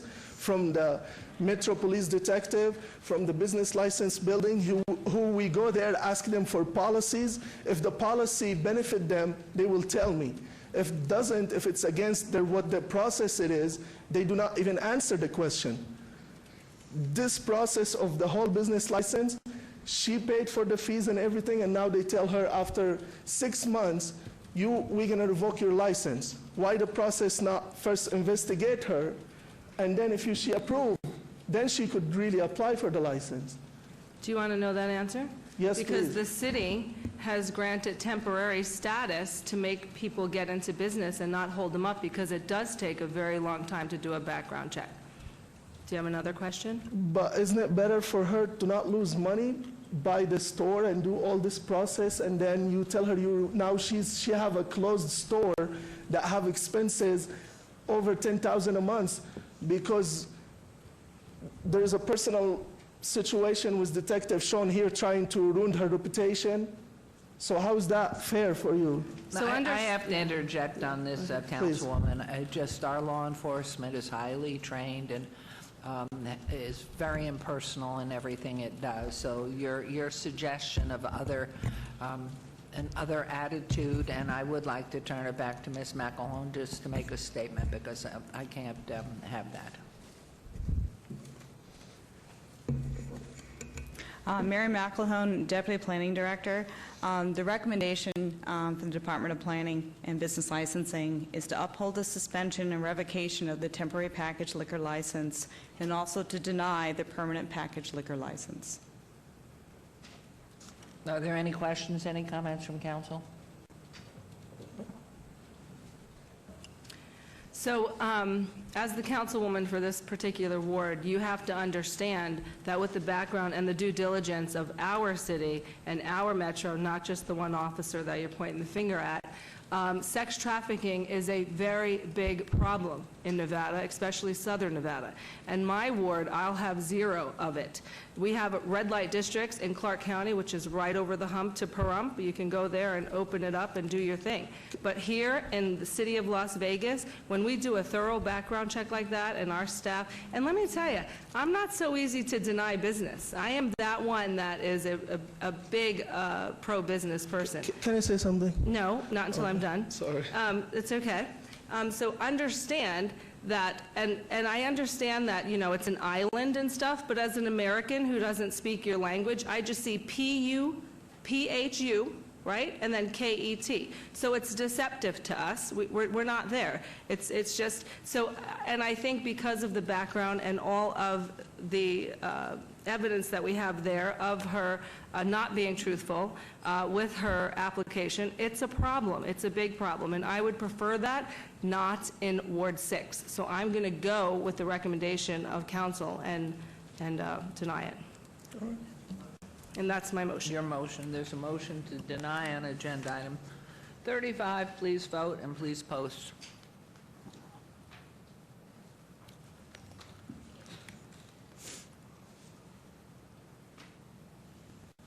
That motion carries. Thank you. Yes, please. Can I say something? Yes. I voted in the affirmative on this. I suppose to the general audience at large, I'd just like to repeat my belief that we obviously have to encourage everybody and enforce the laws. Those who do pay a little more of an expense in life, and those who don't skate. And we can't have that. We have to have everybody equal. If it was up to me, and I think maybe others feel that same way, that there would be, if there's prostitution, it needs to be regulated. We cannot regulate it because it is illegal. So our hands are tied, but we're not blue noses. We're not prudes here. We understand the world's oldest profession will continue, no matter where, no matter what. So it's one of those unfortunate things that people try to shortcut, get in the business, and get caught. It costs you money. Thank you. Okay, we're going to move on to agenda item 36, resolutions. Okay, R7-2018, discussion for possible action to approve a resolution relating to a tourism improvement district, TID, and providing other matters properly related thereto for a parcel bordered by Desert Inn Road flyover to the south, Rancho Drive to the east, and Sirius Avenue to the north, in Ward 1 with Councilwoman Tarkanian. Good morning. Good morning, Mayor, members of City Council. For the record, Bill Arndt, Economic and Urban Development Director. This item before you today is a resolution to introduce a tourism improvement district proposal that has been requested by a developer of a new project proposed for the City of Las Vegas by the name of Area 15. It has been requested by an attorney representing the developer. I have a copy of that request along with a summary of the project. I believe that you may have received this already, but I would like to make this a part of the public record, and that way not only you but anyone from the public that wants to understand the nature of the request can have that. Please do, Mr. I do want to just read real briefly the cover letter because it's very succinct. Dear Mr. Arndt, please be advised this firm represents the developers of Area 15. On behalf of our client, we are respectfully requesting that the City of Las Vegas initiate the process to create a tourism improvement district for Area 15. A copy of the executive summary describing the project is attached here too. Please let me know if you need anything else to commence the process. Sincerely, signed by Jennifer Lazovich of Kemper Kroll. Ms. Lazovich is here representing the client, and should you have any questions for her after I give my presentation, I'm sure she'd be glad to answer them. But that brings us to why we're here for the item. This incentive is authorized by state law as an economic development tool to try to help support new tourism projects to be built within the state of Nevada. The City of Las Vegas has supported 2 tourism improvement districts previously, and those projects are both ongoing. This request is for a new project located in Ward 1. The project is proposed for the northwest corner of Rancho Drive and Desert Inn, the DI arterial flyover. The project, Area 15, would be built on approximately a 15-acre parcel. It is privately owned and would consist of roughly 126,000 square feet of leasable area. It would be both for themed entertainment as well as interactive retail. Prior to considering an ordinance for adopting the district, there's a fairly explicit process that's outlined in state law, and I'll just cover this real briefly. That process is in Nevada Revised Statutes NRS 271A, and that process requires that to establish the TID, the City Council, as part of this process, and you're not establishing this today, but at a later meeting would be required to determine that no retailers have done business for a 120-day period prior to adopting the district, that there's a written finding at a public hearing that the project would benefit the district, the TID, make a written finding at a public hearing based on reports from independent consultant that the project and the financing thereof would have a positive fiscal effect on local government services, after first notifying the Board of County Commissioners that there would be a public hearing to determine that, and determine at a public hearing that a result of the project, retailers would locate their businesses within the TID and that there would be a substantial increase in revenue, determine at a public hearing that a preponderance of that increase would come from transactions attributed to residents not of the state of Nevada, namely tourists, And then finally, receive a determination from the Commission on Tourism, also a public hearing, that preponderance of increase would come from tourists that are not residents of the state. So it's a fairly explicit process. Our role in the process is really a facilitator. We would actually hire a consultant. The consultant that would do this study is on a list, a pre-approved list from Nevada Commission on Tourism, and there's specific statutory guidelines on how they arrive at that list. So we would hire that consultant. The project developer has agreed to reimburse the city for that expense, and so we would seek reimbursement from the developer for that expense. So this resolution before you today really is a kickoff resolution to start the process. We would authorize staff to hire that consultant. We would seek reimbursement from the developer. You're not committing to approve the district, but really start that process, which is a fairly public process, requires a public hearing from Nevada Commission on Tourism, and would ultimately require a future public hearing at City Council. With that, we are recommending approval to move forward with this. We do have the project developer here represented today. Ms. Lazovich is here should you have any questions of the developer. Thank you, Mr. Arndt. Any questions before I turn this over to Councilwoman Tarkanian? Madame, yours. We're very excited to have this coming into Ward 1. I think it's going to be fantastic. And all the young people I know that work here in the city, every time we mention it, they think it's going to be fantastic. So I move for approval. I think it will bring outside people here. Many tourists will be seeing things that are not otherwise available here in Las Vegas. Move for approval. Thank you. Mayor, on yes, the record. Councilman. Thank you. Thank you. If I may speak in favor of the motion, which is now on the floor, I wanted to say that obviously TID is complicated to some people, controversial to some people, but we need to build a record here on our vote. And I would say that the main thing that I notice is that this is a blighted area. I find that when you drive down the freeway, the last thing you see of our city is a scraped piece of ugly desert where businesses, at least two, have failed. And a TID, tax increment district, is essentially the sales tax equivalent of a redevelopment authority, redevelopment agency. Excuse me, this is a tourism improvement, is it not? Or tax tourism improvement, I am sorry.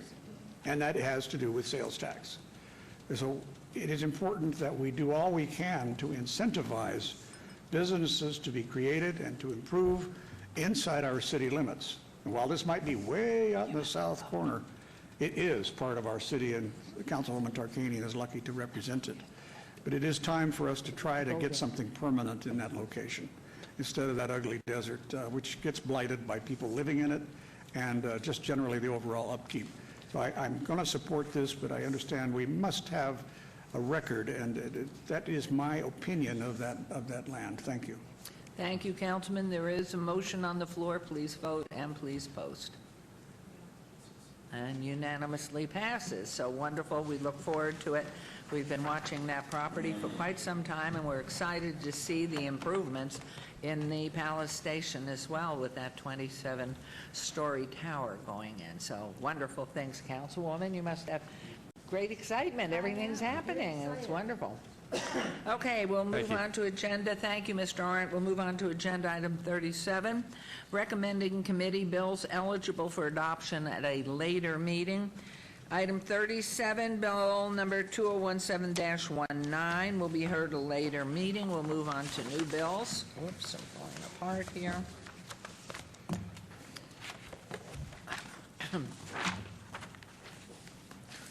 Items 38 through 40, bills number 2018-1 through 2018-3 will be heard at recommending committee Monday, February 5th, 2018. City Attorney, would you please read the new bills? I'll be happy to, Your Honor. Bill number 2018-1, ordinance concerning the City of Las Vegas, Nevada Special Improvement District 1521, Gallon Road and Durango Drive, providing the payment of costs, expenses of said improvements, as less than a portion of the cost of said improvements against the accessible lots, tracts, and parcels of land benefited by said improvements, ratifying, approving, and confirming all action previously taken, and prescribing details in connection herewith. Bill number 2018-2, an ordinance to amend LVMC 6.50.085 to allow an ancillary brew pub to be operated in connection with an urban lounge and provide for related matters. And finally, bill number 2018-3, an ordinance to amend the provisions of LVMC Chapter Chapters 19.12, 19.18, and 6.50 to establish zoning and licensing regulations regarding ancillary craft distilleries to allow packaged liquor off-sale establishments in the C-PB zoning district and provide for other related matters. Thank you very much. These will be heard on the 5th of February. It is, you did a good job. It's in there. And bills number 208-1 through 208-18-3 are assigned to recommending committee members, Councilman Barlow, Anthony, and Coffin. If any so designated are unable to attend, the clerk's office will coordinate finding substitutes as necessary at my direction. The morning session of the City Council meeting is now in recess. We will go into closed-door session to discuss litigation. We'll start the afternoon session as agendized to start at 1. So we will see you at 1 o'clock. Thank you.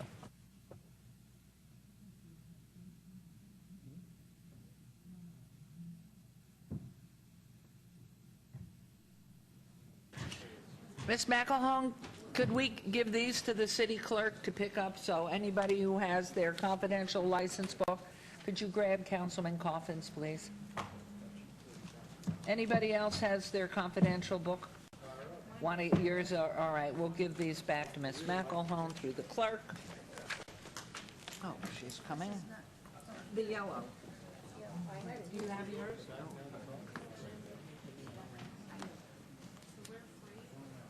Steal mine off my desk. The clerk needed it.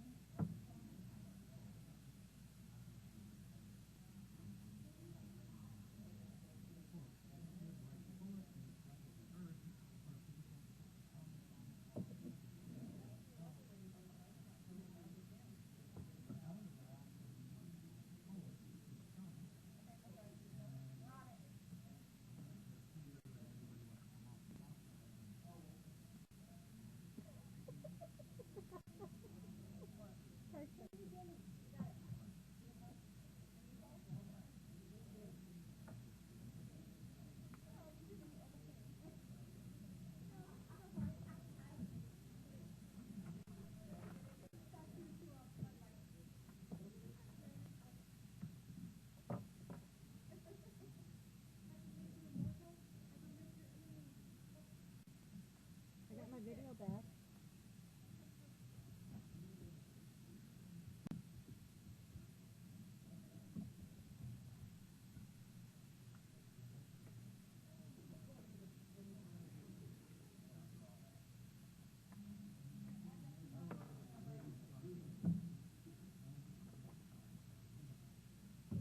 I am so blind anymore. I cannot see anything.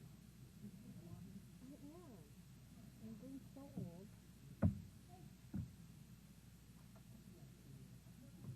What? Your whole book? Sally Check Statue to bring it over? Yeah. Do you know where it is? Is it in your... I will check that. Maybe I'll just call her.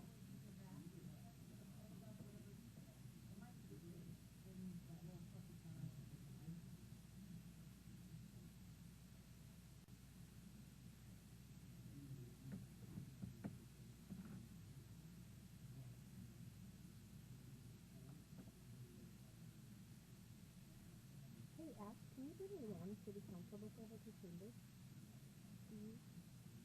Yeah, she just left her book. Probably on her desk, maybe? Thank you. Bye.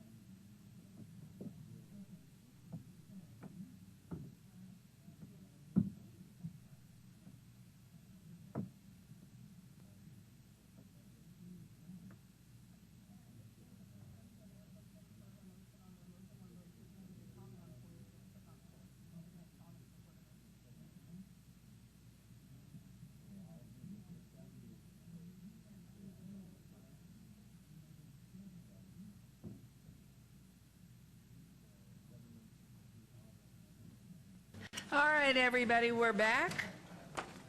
And it is 2 minutes after 1. We're late. Sorry. So we have with us 4 voting folk.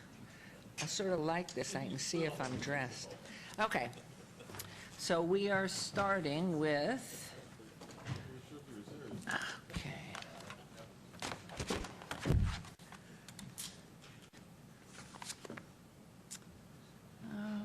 Okay, 41. All right. Agenda item 41, for possible action, any items from the afternoon session the council staff and/or applicant wish to be stricken, tabled, withdrawn, or held in abeyance to a future meeting may be brought forward and acted upon at this time. And so we will then go into, if you wouldn't mind, Mayor Pro Tem, the items in front of you. Yes, you want me to tell you which ones have been stricken? Yes, please. Or obeyed. Item number 67, which was a discussion item, SUP 57. I thought I said 50, I didn't? You might have said 60, but it Oh, doesn't okay. matter so long as it's 50, ultimately. Thank you. All right. 57, SUP 70669, which is an abeyance item on a special use permit, public hearing, applicant owner Scott A. Carlson, Revocable Living Trust at 1700 Banny Avenue. The request is abeyance to 5/2/2018, requested by the applicant. And then we have another discussion item, number 70, variance 71958, public hearing, applicant owner Boyko Homes LLC on 0.13 acres at 2401 Wilson, abeyance to 7/27/2018, requested by the applicant, and I so move that these requests be granted. Thank you. There's a motion on agenda items 57 and 70. Please vote and please post.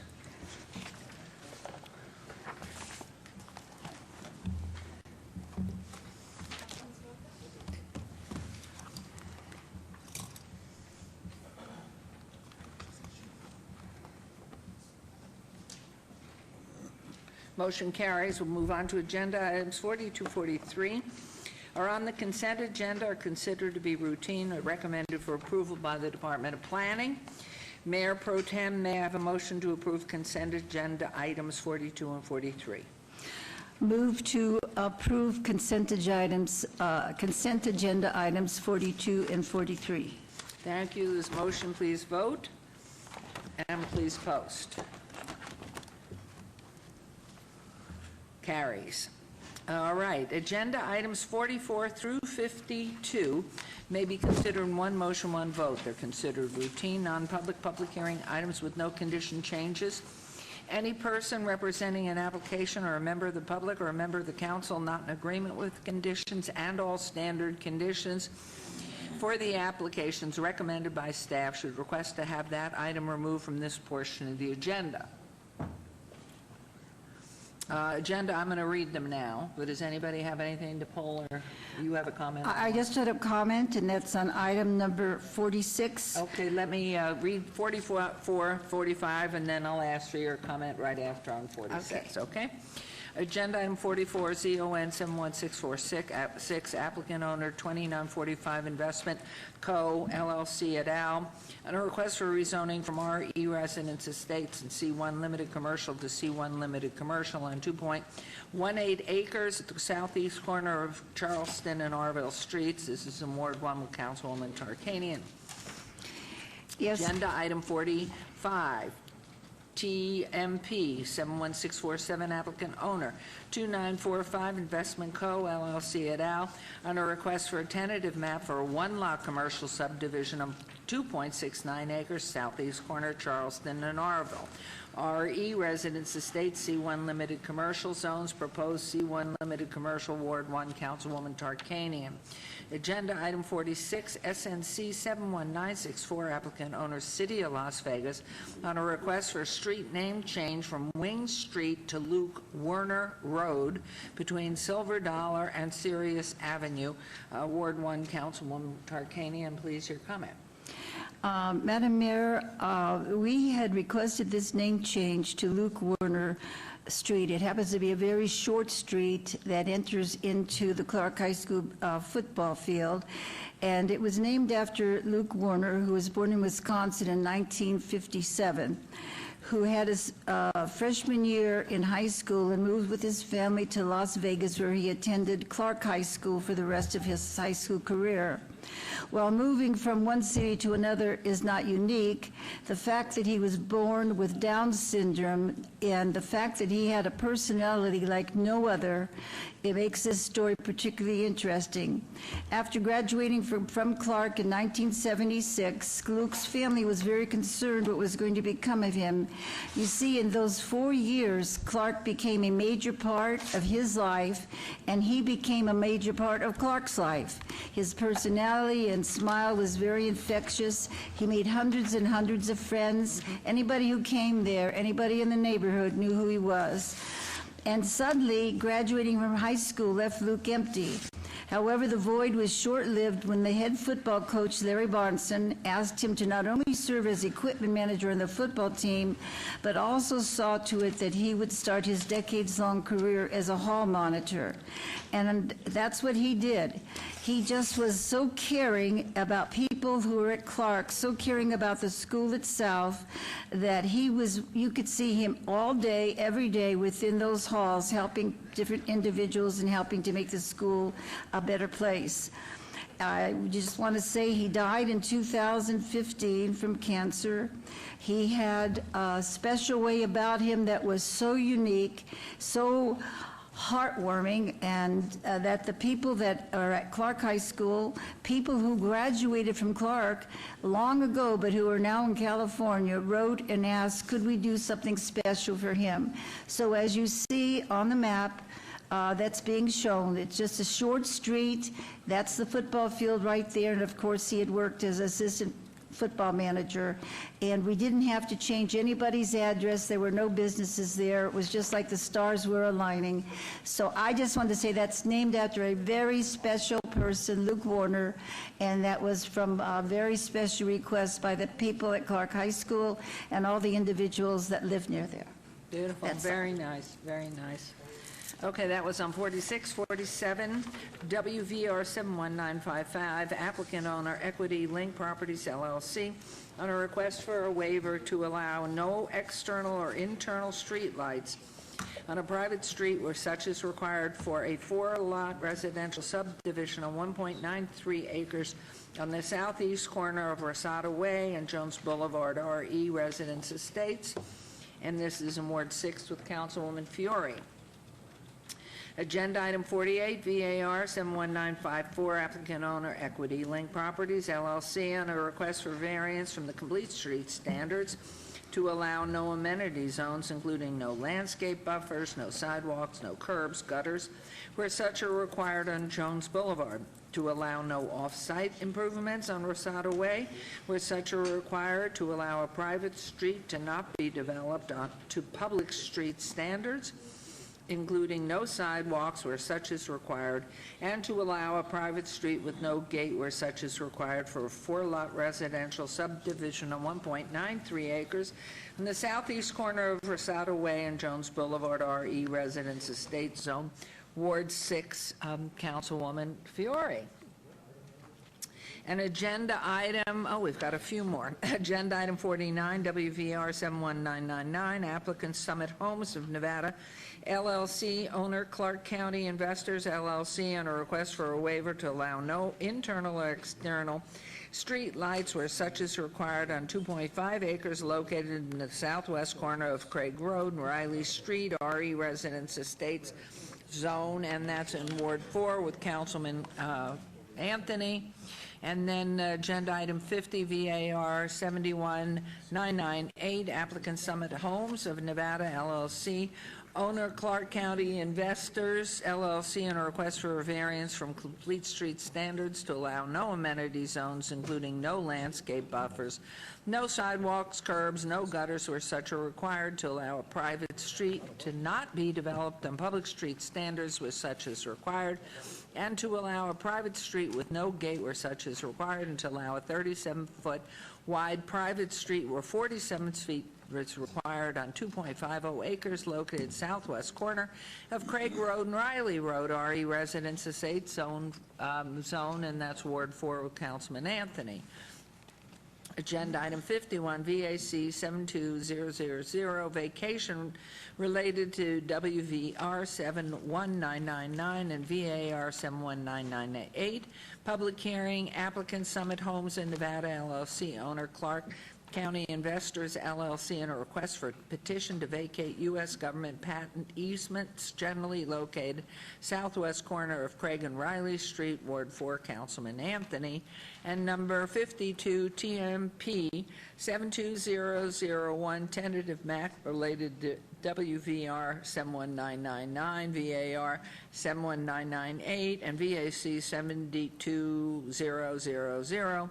Craig and Riley, public hearing, applicants Summit Homes in Nevada LLC, owner Clark County Investors LLC, and a request for a tentative map for proposed 4-lot single-family residential subdivision on 2.50 acres located southwest corner Craig Road and Riley Road, RE Residence Estates, Ward 4, Councilman Anthony.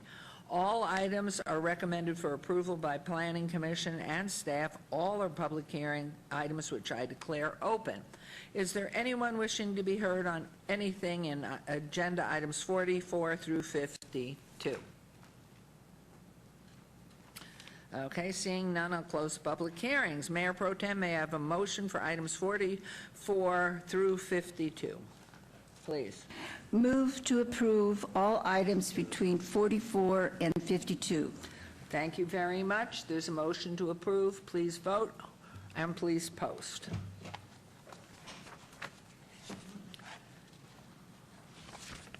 Motion carries. We're on to agenda item 53, GPA 70722, on a request for a general plan amendment from R Rural Density Residential to SC Service Commercial. Number 54, ZON 70723, and a request for rezoning from RE Residence Estates to C1 Limited Commercial. Agenda item 55, VIR 70724, and a request for variance to allow 23 parking spaces where 39 spaces are required. And number 56, SUP 70725, on a request for a special use permit for a pet boarding use. The applicant is Nancy Crow, and the owner is H Factor Limited Partnership on .95 acres located 6050 West Lone Mountain Road, RE Residence Estate Zone. Proposed C1 Limited Commercial. Staff recommends denial. Planning Commission recommends approval of all items. These are in Ward 6, Councilwoman Fiore, and are public hearings which I declare open. Is the applicant present? Yes, Nancy Crow. Hi, Daniel Crow. How are you? Good to see you back. Mr. Lowenstein, hello. Good afternoon. Thank you, Madam Mayor. The subject site was previously occupied by a child care center, which is an allowable use within the residential estate zoning district. The applicant is proposing to rezone the site to a limited commercial zoning district to allow for more intense commercial use. Staff finds the proliferation of commercial uses adjacent to the existing rural preservation neighborhood is not to be compatible with the surrounding land uses and zoning districts, and recommends denial of all applications. Thank you. Thank you very much. Is there anyone wishing to be heard on these items? Please come forward if you do and state your name for the record. I will close public hearings. Councilwoman Fiore. Thank you, and thank you, Mr. Lowenstein, for your recommendation, but my folks have already been through all of the neighborhood meetings, and the neighborhoods are excited to have a pet babysitting center. So my motion basically will be to approve. So I'm going to on Let's 53. do them one at a time. Let's Yep. do 53. Yep, so 53, I move to approve the GPA 70722 with all staff recommendations. Thank you. This motion to approve on agenda item 53. Please vote and please post.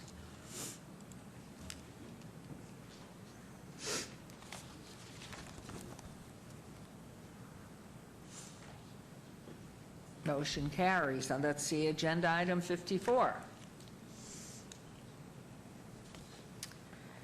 So on agenda item 54, I move to approve ZON 70723 with all staff recommendations. Thank you. There's a motion to approve agenda item 54. Please vote and please post.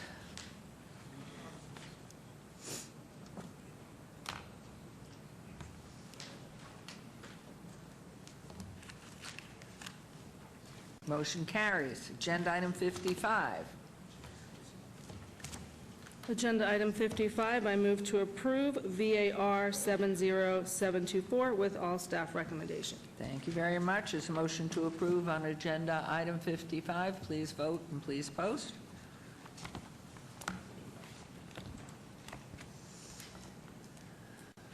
Motion carries. And finally, on agenda item 56. Agenda item 56, I move to approve SUP 70725 with all staff recommendations. Thank you. There's a motion to approve agenda item 56. Please vote and please post. Done. Thank you. Thank you. I can't wait for my dogs to come to your place. Well, give me a call. Thank you. Do you want to Thank vote? you, Your Honor. Thank you, Counsel. Thank you. Motion carries. Thank you. Agenda item 57's been obeyed to May 20th, right? Okay. Agenda item 58. May 2nd. May 2nd. Oh, how did I get an extra 0 on there? 57 to May 2nd. Agenda item 58, GPA 67883, and a request for a general plan amendment from DR Desert Rural Density Residential and R Rural Density Residential to SC Service Commercial. Agenda item 59, ZON 67884, on a request for rezoning from RE Residence Estates to C1 Limited Commercial. Agenda item 60, SDR 68324, and a request for a site development plan review for a proposed 28,800 square foot general retail store other than listed with a waiver to allow a 0-foot landscape buffer where 8 feet are required along the east perimeter. The applicant owner is Deborah Rios et al. On 2.42 acres on the east side of Rainbow Boulevard, approximately 85 feet north of Ann Road, RE Residence Estate Zone, proposed C1 Limited Commercial. Staff recommends denial and planning recommends approval of all items. These are in Ward 6 with Councilwoman Fiore, public hearings which I declare open. Is the applicant or representative present? Yes, Doug Rankin, 1055 Whitney Ranch Road, Henderson, Nevada, on behalf of the applicants. And sir, your name please? Tom Furman, 5920 South Rainbow Boulevard. Wonderful. Thank you very much. Hello, Mr. Lowenstein. Thank you, Madam Mayor.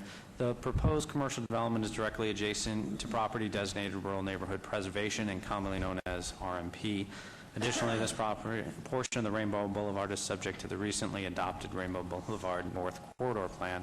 This plan specifically recommends for the northern portion of Rainbow Boulevard to remain residential in nature and recommends for non-residential development to be limited to the Ann and Rainbow intersection and south thereof. In addition, the land use permitted by right within the C1 zoning district are two intents for residential adjacency and would not be able to be conducted in a manner that is compatible and harmonious with the existing RMP neighborhood. For these reasons, staff has recommended denial of all applications. Thank you. Thank you very much. This is a public hearing. Is there anyone wishing to be heard on any of these 3 items? Please come forward and state your name for the record. Good afternoon. And if you'll state your name for the record and push, the button's on, so go ahead, please. Good afternoon, Mayor Goodman. My name is Jim Epley, 6717 Cambion Pine Avenue. I'm one of the applicants here, and I just wanted to state what we've kind of been through with this property. We've been trying to get it into a rezoning position for about 1.5 years. since the hard corner of Rainbow and Ann got rezoned commercial. Across the road in Councilman Anthony's district, it's all rezoned commercial, and there's some improvements going in there right now. There's been several things proposed with the Rainbow Corridor project along the way, and we've tried to fill those needs with the design of the project here. And I think what we have is a good design going forth from that, and I'm here to support this. Thank you very much. Yes, ma'am. My name is Deborah Riak. I live at 5640 North Rainbow Boulevard. I live on a 100-foot right-of-way, and my property is located right next to a commercial zone property at the present time. And there's a Walgreens directly across the street. With ongoing commercial development at Rainbow and Ann Road, my property is no longer rural.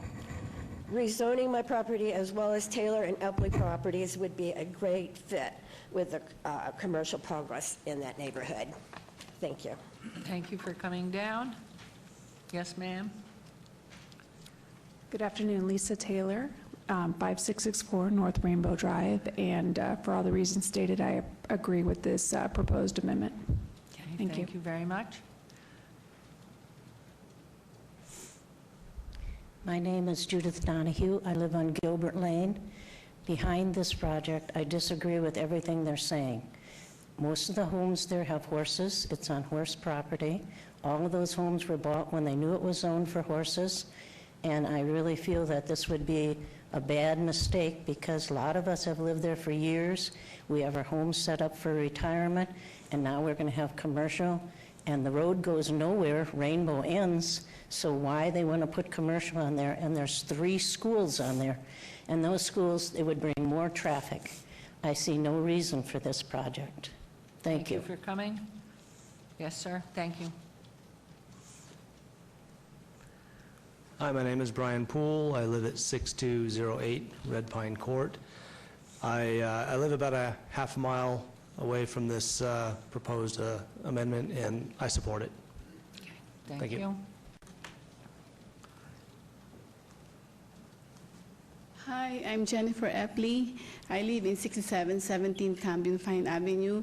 I'm here to support the project. Okay, thank you very much. Anyone else wishing to be heard? Okay, I will close Mayor. public hearings. Yes? I do have a question for the Yes, applicant. please. Looking at the aerial map, Doug, what is the property to the southeast corner? What is it zoned? The southeast, this development here? Yes. That is entitled for C1, and it's currently under construction as a Terrible Herbst with a car wash and a fast food pad on it. And we also approved a few years back, is that a CVS on the north? It's a Walgreens that was actually approved in the county and then annexed into the city in 1999, 98, I believe. So maybe I'm thinking about the C1 property. I thought there was going to be a Walgreens when we approved that. So where the Terrible Herbst is going. Not to my recollection. I believe that was approved as a Terrible Herbst when it came forward at that time. And what about the northeast corner? The northeast corner is Zone C1. As a matter of fact, Mr. Furman, who's with me today, that is his property. He's currently working on a project there. He's with us today just to indicate that we are looking to work together between the 2 projects because making them more compatible. And what is the development? Because I remember this corner, but I thought, because it used to be a home on that corner, right? Correct. The home's been torn down. Right. And what did you come before us representing as far as for the zone, the changing of the zone? You know, I didn't handle that entitlement. I actually bought the property after it was entitled. That was done by the previous owner. Okay, and so now the next 3 parcels going north on Rainbow on the east side is what's before us today to for the request of the rezone from the R1 to C1. Yes, from RE to C1, correct. And actually, Mr. Garcia represented that previous item here, and it was requested to be a small commercial center that included a fast food, or in this case, Mr. Furman is working with... We're working with Starbucks on the corner there. Okay. So Doug, talk to me in relation to the buffers for these residents sitting on these half-acre, quarter-acre, full-acre lots, specifically to the east and the north, as far as your buffer there, because we have to protect those distance separations. So this is the site plan itself. Along our eastern property line, there is a well access road. This is the common community well. Currently, my clients access that well for their water, as do the other neighbors on Gilbert. And your client will move forward to continue to utilize that, or will your client be connecting to the city sewage? We will connect to city water and sewer. As a commercial property, we will then come off the community well. The community well will be preserved at its location for the neighbors to the east.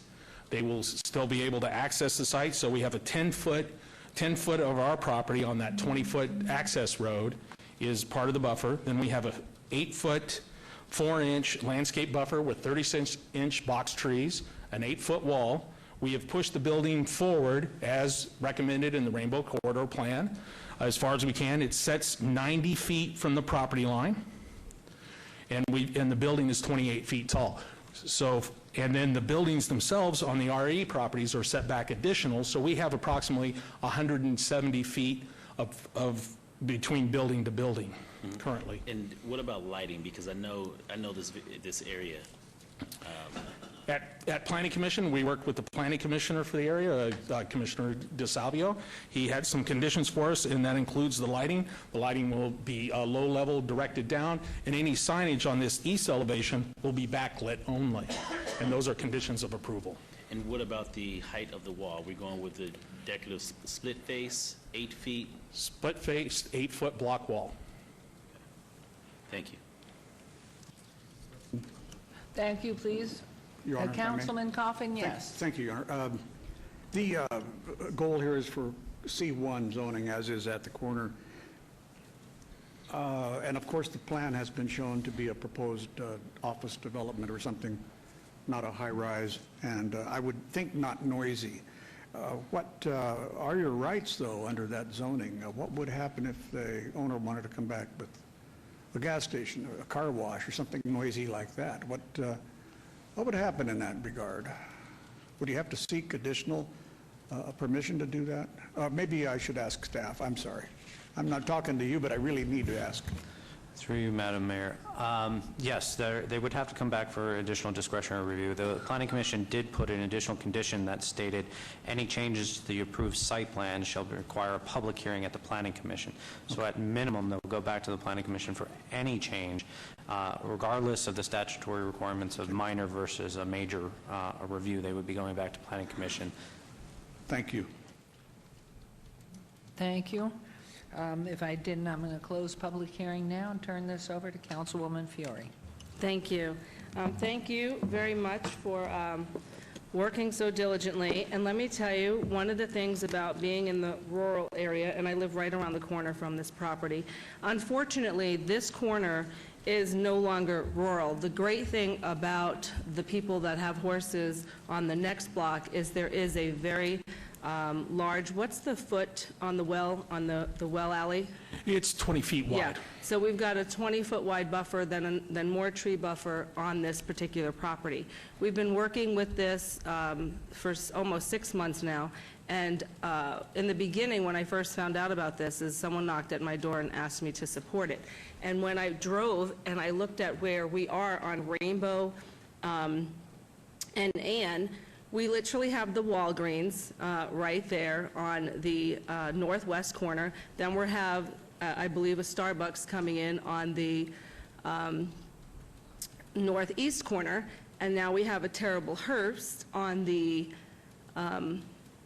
southeast corner. And right next to the Walgreens, which is literally across the street. And is it 100 or 120-foot right-of-way of Rainbow where this property is?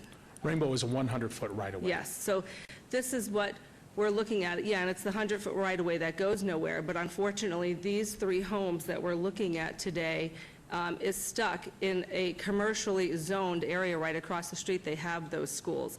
So it's not conducive as to residential. That is why I'm going to move to approve GPA 67883 with all staffs and planning commission recommendations. Thank you. There's a motion to approve agenda item 58. Please vote and please post.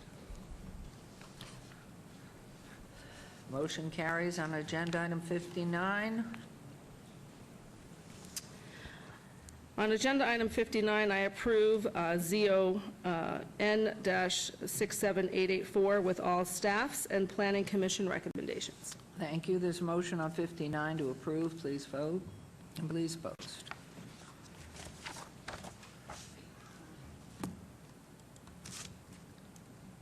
That carries. And finally, on agenda item 60. On agenda item 60, I move to approve SDR 68324 with all staffs and planning commission's recommendations. Thank you. There's a motion to approve on agenda item 60. Please vote. And please post. Motion carries. Thank you for your time and consideration. Thank you. Okay, we move on to agenda items 61 through 64. 61 ZON 71938 on a request for rezoning. Excuse me, from you, undeveloped SC Service Commercial General Plan Designation, RE Residence Estates to C1 Limited Commercial on 2.00 acres, generally located approximately 300 feet north of Las Vegas Drive on the east side of Fairhaven Street.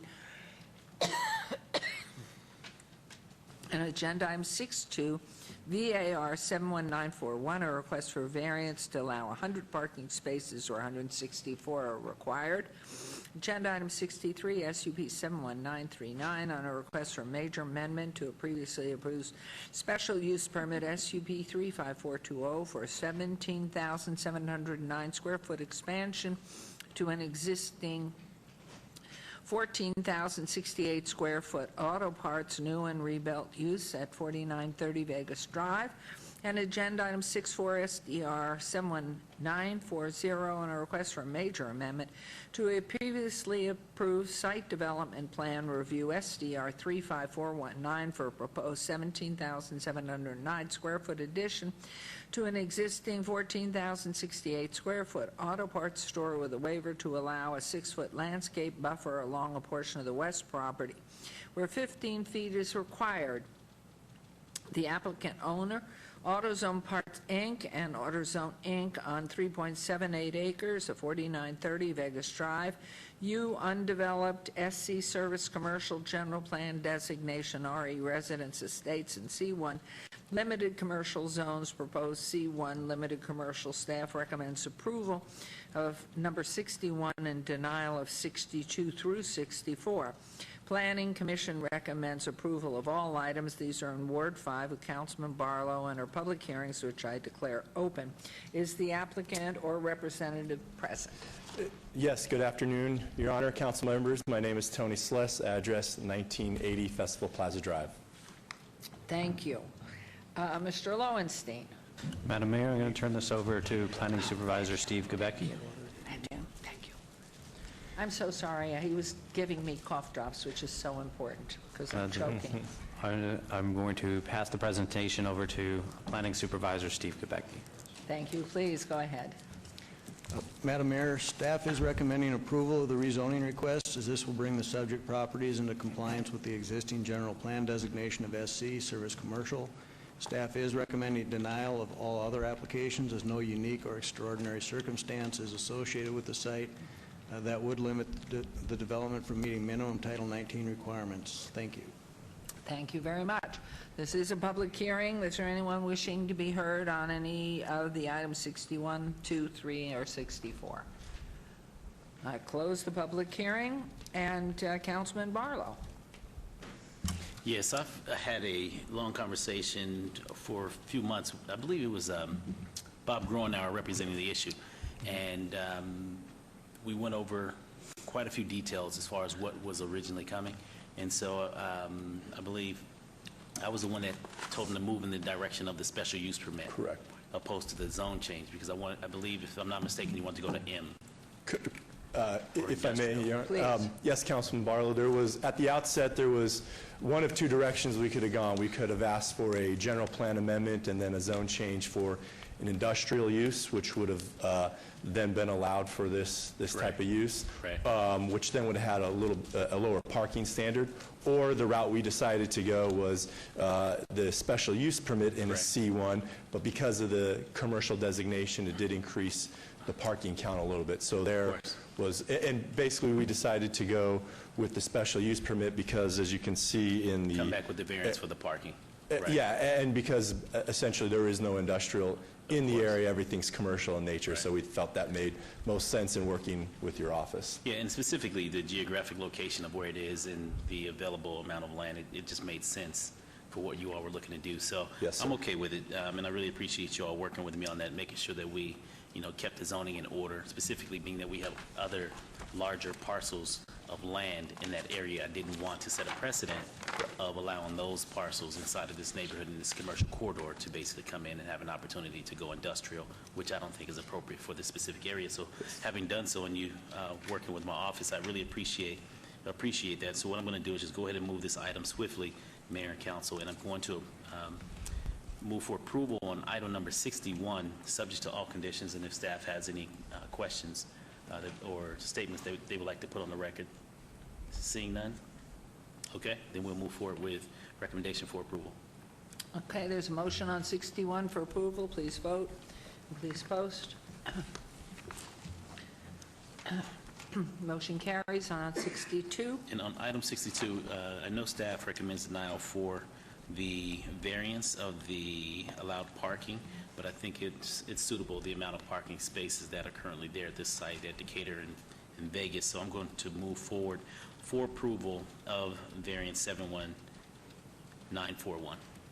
Thank you. There's a motion on agenda item 62. Please vote and please post.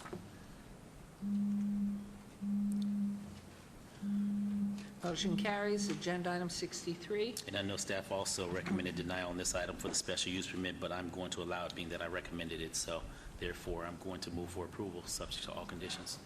Thank you. On agenda item 63, there's a motion to approve. Please vote. Please post. And thank you all once again for working with my office, trying to get this dialed in, and looking forward to the expansion and bringing more business into the corridor. Thank you, Councilman. Thank you, the rest of the members. I appreciate it. Have a good afternoon. And 64, we have one last to go. Item 64, which is the most important piece. My apologies. Move forward, subject to all conditions. Anything, Peter? Anything on any conditions? No, sir. Okay, great. Move forward for approval, subject to all conditions. Thank you very much. Thanks. There's a motion Sorry to about that, Tom. approve. Wait, it hasn't been posted. I'm going to wait. Okay, because it all dies. if I don't we want get to this be one. too optimistic. Right. The most important piece we're going to leave on the table.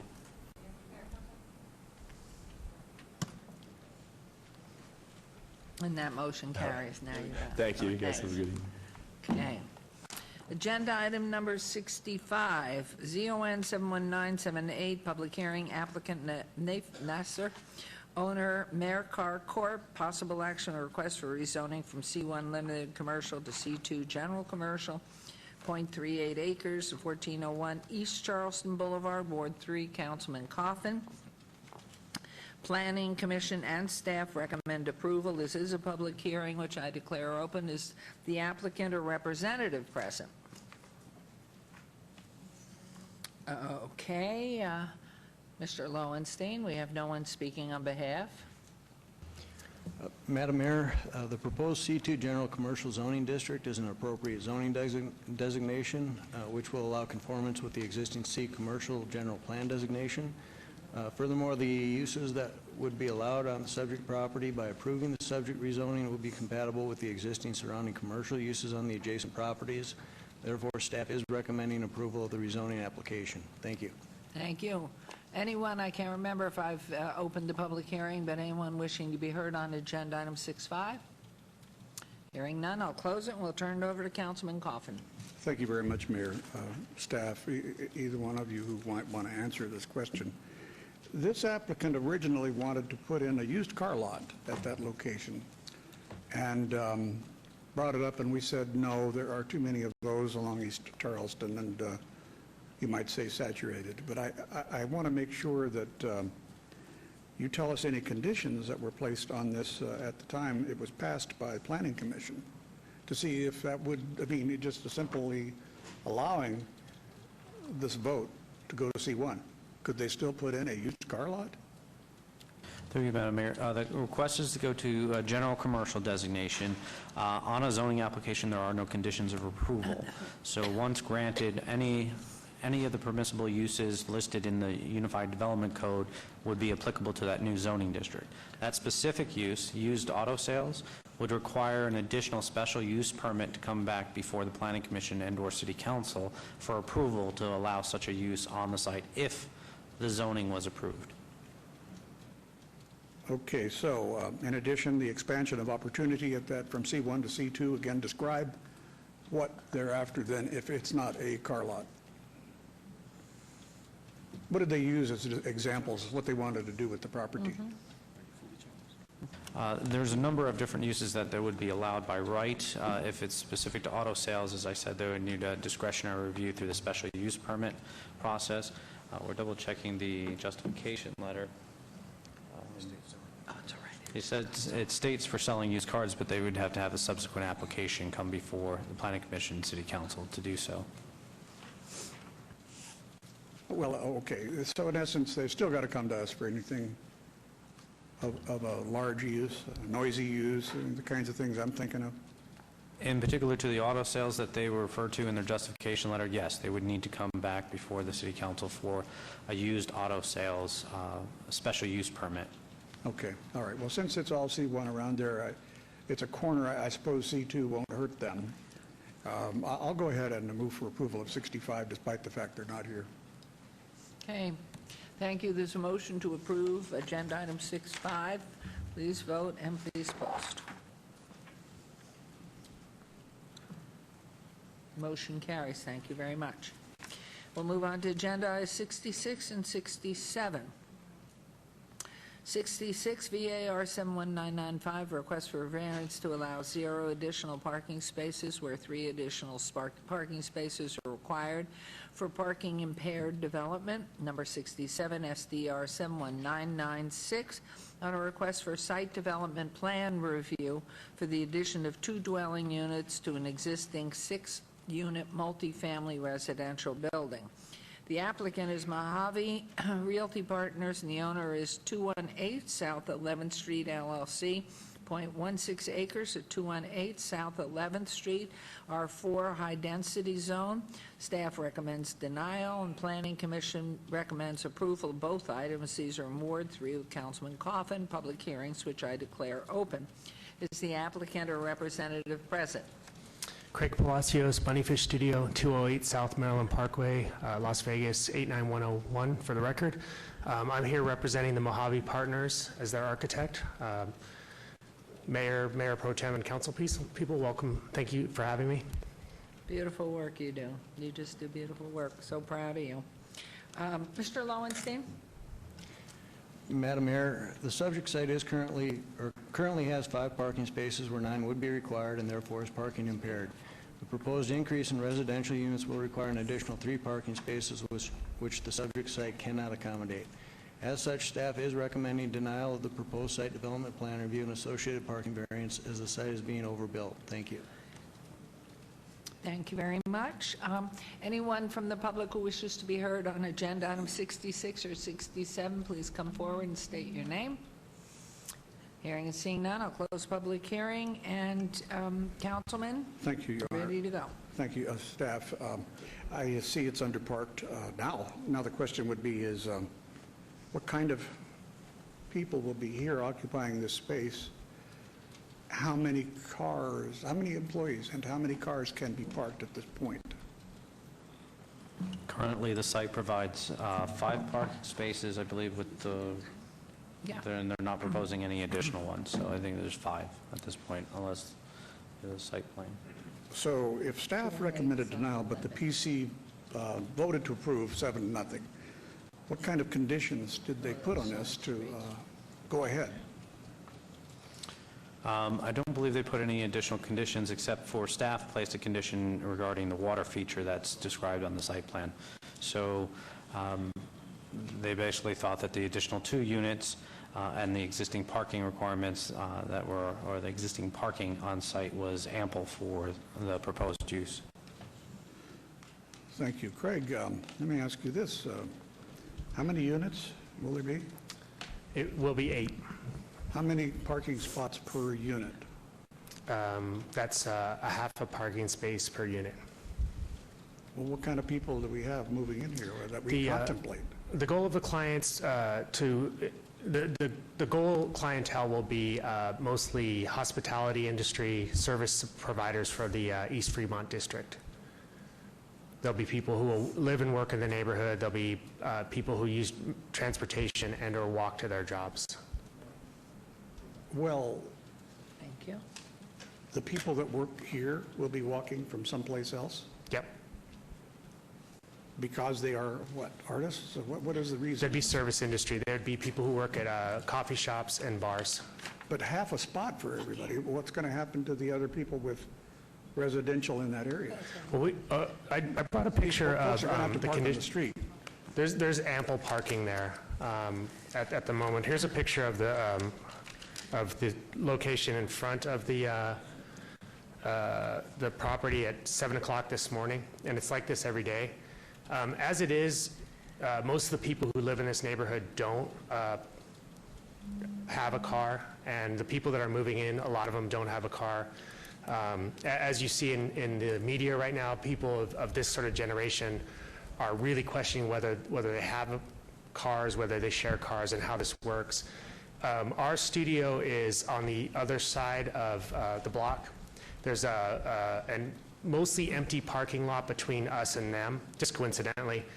And when we moved into our site, we rented 11 parking spaces from the law office that had this empty parking lot, and we gave them back their parking spaces because nobody used it. They were able to find sufficient parking in front of our building on Maryland Parkway. All 11 people come to work.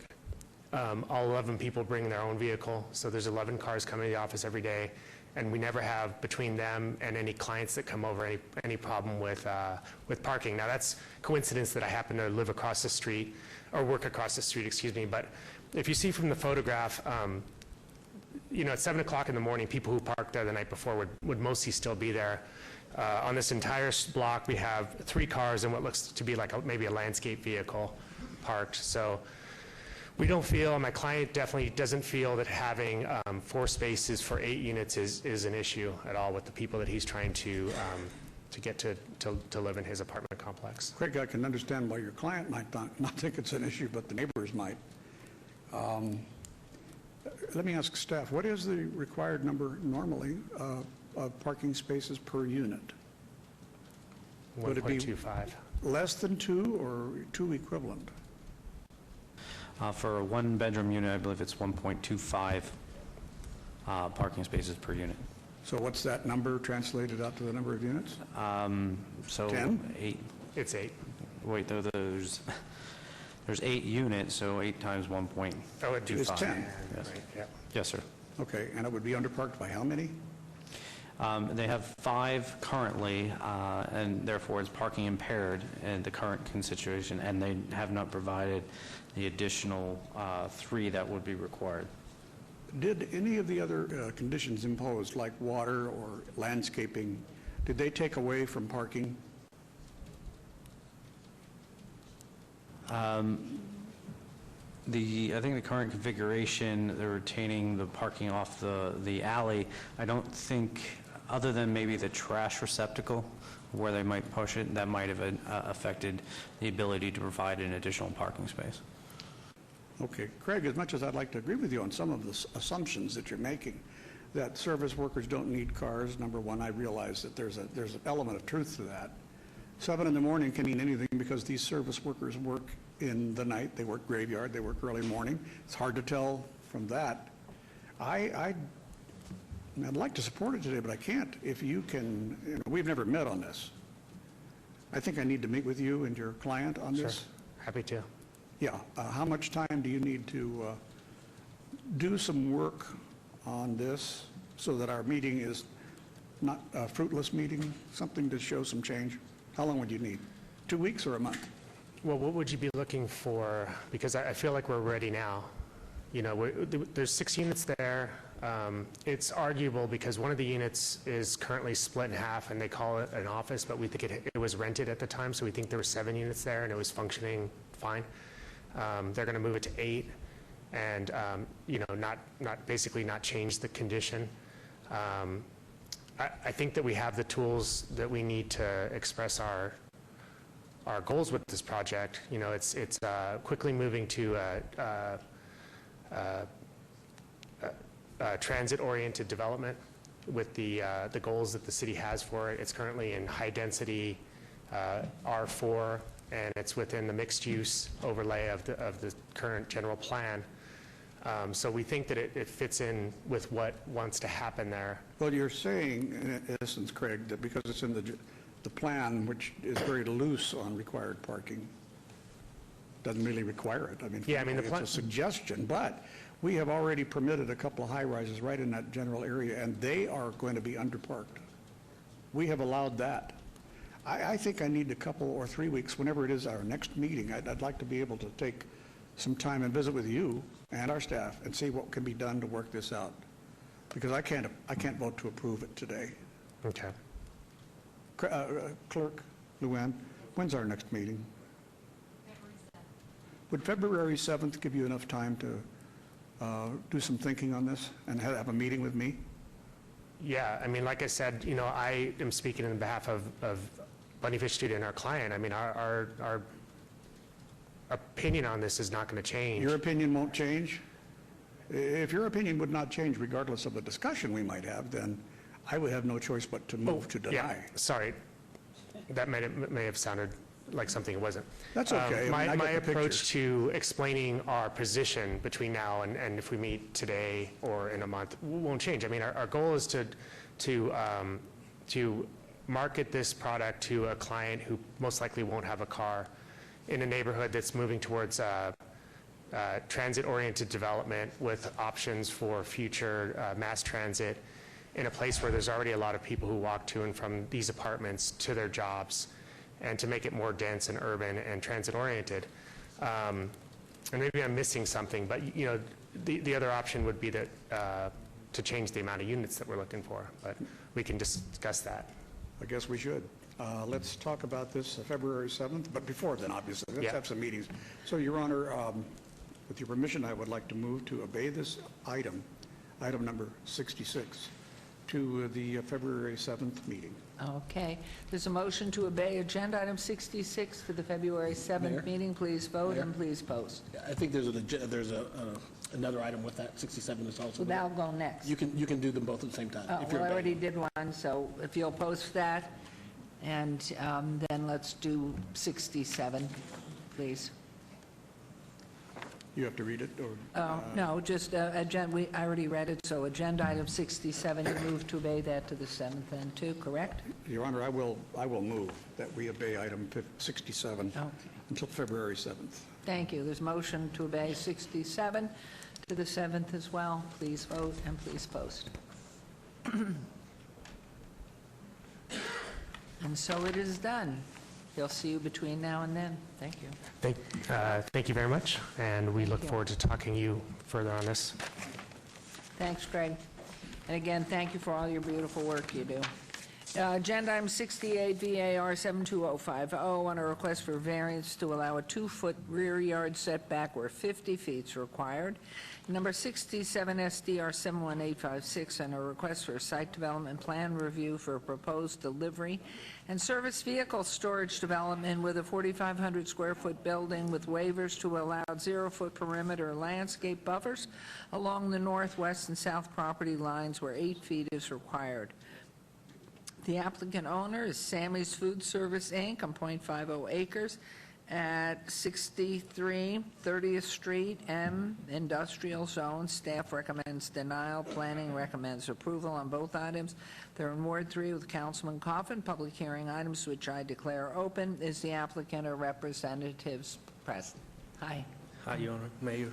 My name is Cristobal Santos, and I'm part of the owner of Sammy's Food Service for the last 25 years. My address is 6127 Rocky Top Avenue, Las Vegas, Nevada, 89110. Good evening. ma'am? My name is Maria Santos, part owner of Sammy's Food Service, 6127 Rocky Top Avenue, Las Vegas, Nevada. Thank you very much. Your Honor. Yes, please. Por favor.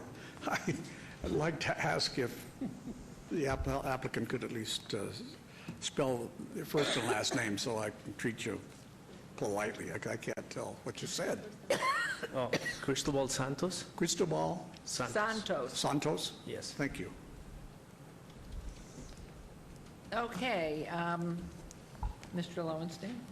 Thank you. Madam Mayor, the applicant has proposed to construct a 4,500 square foot building 2 feet from residentially zoned property with no landscape buffer to shield the residential use from the industrial use.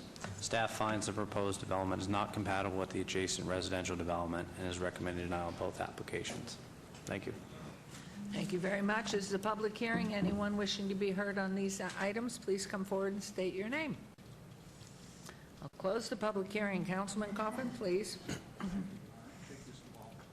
What did you do? Your microphone. Some magic on the Planning Commission to get a unanimous vote over staff denial, I think, here.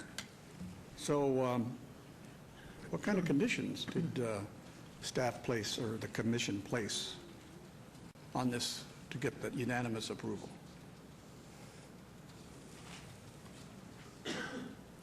I'm waiting for, you know. All right, Mr. Hugh, Lowenstein. Madam Mayor, the Planning Commission did not add any additional conditions of approval. Okay. Boy, they were easy that night. They were worried about something else, no doubt. Well, maybe it's okay. It depends. It's in an industrial zone. There is some residential nearby, and that is why you denied, you recommended denial. What was the general thinking of the Planning Commission when they recognized there was residential there, but they went ahead and said, let's go ahead and do it? Through you, Madam Mayor, my recollection is that they believed that the industrial zoning district in proximity to the residential, the industrial has been established industrial uses at these locations adjacent to the current residential, and that it was compatible. Was it, if I can, Mayor, was it M1 and was it in, excuse me, M industrial before the houses were built? I'd have to double check on that. Is that low-income housing that's there along 30th? That I'm not aware of. Okay, all right. All right, it appears that their judgment was okay, because I'm not going to substitute on this particular one for the Planning Commission. But I am going to move for approval of item number 68. Thank you. Because it is industrial area. Okay, there's a motion to approve agenda item 68. Please vote and please post.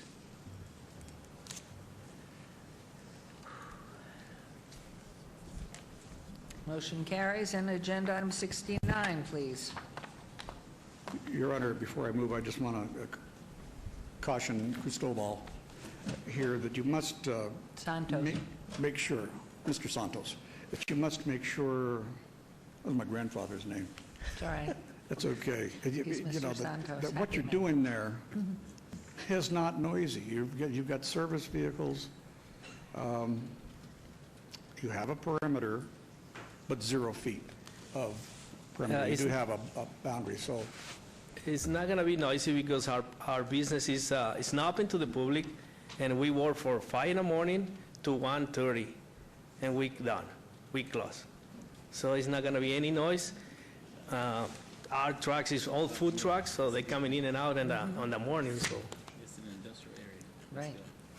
And I don't think it's going to be any issue with the noise, anything like that for the neighbors in the back, because everything else around me is industrial. Good. Okay, well, Your Honor, we did not get any opposition. We got some approving comments, so I'm going to go ahead and move for approval of item 69. Thank you. There's a motion to approve agenda item 69. Please vote and please post. And we wish you well. Thank you, and we support Mayor Cup. We service Mayor Cup. Isn't this exciting? And remember, the first event is the 10th, February 10th. Well, we see you Wonderful. there. See you We there. service all Yes. the food and the coffee for these We're tournaments. so excited. Thank you. Great. Thank you, Thank everybody. you. Mayor, Councilman Soroka. Yes. I would like to let the record show that I voted in support of yes on item 68. I missed that. Okay, we'll get that in. Councilman Soroka on 68, affirmative. Thank Okay, you. agenda item 70 has been obeyed to the 7th of February. We'll move on to agenda item 71. DAR 71971, public hearing, applicant owner Brian and Jennifer Isom. Possible action or request for variance to allow an 18-foot rear yard setback where 30 feet is required for a proposed two-story balcony addition, 0.32 acres at 9813 Guiding Light Avenue, RD Single Family Residential Restricted Zone, Ward 6, Councilwoman Fiore. Planning Commission and staff recommend denial. This is a public hearing which I declare open. Is the applicant represented or somebody? Okay. Hello, Mr. Lowenstein. Madam Mayor, the applicant has created a self-imposed hardship proposing a balcony addition that will encroach into the required rear yard setback area. Since no unique or extraordinary circumstance has been presented that would prevent the applicant from adhering to the minimum requirements of Title 19, staff has recommended denial of the request. Thank you. And was that the same reason why planning recommended denial? The Planning Commission also found it to be self-imposed hardship. They also took into account the single-story nature of the home surrounding it. Okay. Anyone again, a closed public hearing? All right, are you on this item? Yes. As public hearing on it? Yes. Okay, you go ahead. I'm not closing public hearing quite yet. Thank you, Honorable Mayor and Honorable Council. I'm Larry Schultz. I'm the Vice President and Secretary of the Marbella Community Association, which is the community association within which the proposed second-story balcony is located. So just in summary for the record, and since the applicant is not here, we will still just briefly go through our position. So, council members, can you see this on your screens? Yes. Okay, good. Yeah. So, I'm sorry, Mayor. It's all right, it's just my cough. Councilman Okay. Coffin took care of it. So Marbella is a recently developed community of 91 homes, one done, and it's all single-story on Dare Springs between Grand Canyon and Wallapai, and this proposed second-story balcony would provide this applicant with a view of 15 adjacent homes. These are homes to the west, to the south, and to the east because of the second-story nature and the higher elevation of the location of the applicant. This would be a significant degradation of homeowner privacy, and for that reason, the community is pretty much against it. When we had the Planning Commission session on December 12th, 51 homeowners registered their opposition. That's out of 87 units that are occupied at that time that are closed. So that's a percentage of 59%, and that's a significant opposition given the small size of the community. Additionally, the setback requirement, which is in city code, requires that we have a 30-foot setback. This applicant only has an 18-foot setback. That's a 40% reduction of the required setback, which would put that applicant very close to his neighbors. And that would be an unacceptable situation. Additionally, the community is surrounded on the other side of Dare Springs by homes that do have balconies, and people pay less money for those homes, and people pay more money for the Marbella homes because they're all single-story homes. So the perspective is that we would also have a degradation, a significant degradation of property values. And again, this is a self-imposed hardship, as was mentioned by staff. It is a substantial detriment to the community, and we see no need for it, and we certainly urge the council to deny this application and to ratify the decisions of the Planning Department and the Planning Commission in their entirety. Thank you so much, Mayor and Council, for letting me speak to you. Thank you, Mr. Schultz. Next, ma'am, please. Yes, Deborah Kornheiser, 9726 Guiding Light Avenue. I am down the street from the proposed property addition. I am very much against this property addition for the reasons stated before. Thank you very much, ma'am. Hello, I'm Mark Kornheiser, 9726 Guiding Light Avenue, also on the same street as the proposed project. I'm representing myself as a homeowner. Also, I'm a member of the board. I'm the treasurer of the association. I'm against it for several reasons. On this, from our governing documents, this property has to blend in with the rest of the properties here. And this is a single-story whole community, where this is asking for a second story.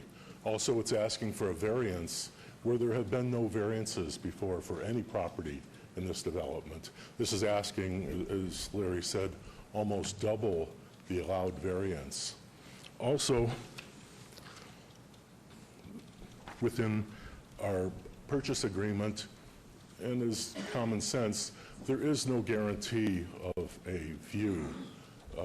This is trying to establish a view where Guiding Light was the first street to be built in this neighborhood. If they wanted a view, they could have taken a property, a lot that was closer to Deer Springs, which would have given them this view, but they instead chose this, knew what was there, knew from the documents they signed that there was no ability to be guaranteed a view.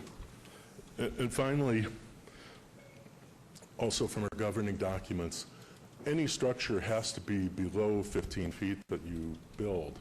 And they haven't on their plans said what the height is, but just looking at it, there's a 10-foot ceiling on our house. There's a couple more feet on top of that. They want to put a barrier up on top of this outlook and a railing above that, as well as they want a fireplace and the chimney above that. So it goes again against our governing documents being higher than the allowed 15 feet. Thank you very much for your attention. Thank you for coming down. I'm going to close public hearing then, and we'll turn this over to Councilwoman Fiore. Well, thank you guys for coming down. I'm sorry that Jennifer and Brian Azam, the owners of the request, are not here, so I could hear what they had thought, or they haven't called the office or anything. However, Mr. Schultz, I just have a question. You said there were 57 folks, there were 57 homes out of the 89 that were against it? So at the December 12th Planning Commission meeting, a total of 51 of 87 occupied homes registered their opposition against this proposed project. That's a percentage of 59% of all the homeowners at that time. Right. And that's significant. Not one homeowner, other than the applicant, registered support for this project. Right. And I believe also the planning department probably received a number of cards for Right, this meeting opposition. that also registered opposition, but the substantial drive was at the planning commission meeting. Okay, thank you, thank you. So with that, I'm not going to belabor, I mean, I totally feel for Brian and Jennifer wanting to upgrade their home, but when you choose to live in an HOA, then you choose to follow the rules and regulations. So I am moving to deny VAR 71971. Okay, there's a motion on agenda item 70. And Mayor, yes. if I could, Yeah. I just have a question. I'd just like to get my head around it a little bit, and maybe the city attorney could help me, if that's okay. And I just wanted to ask, I think this is private property we're talking about, right?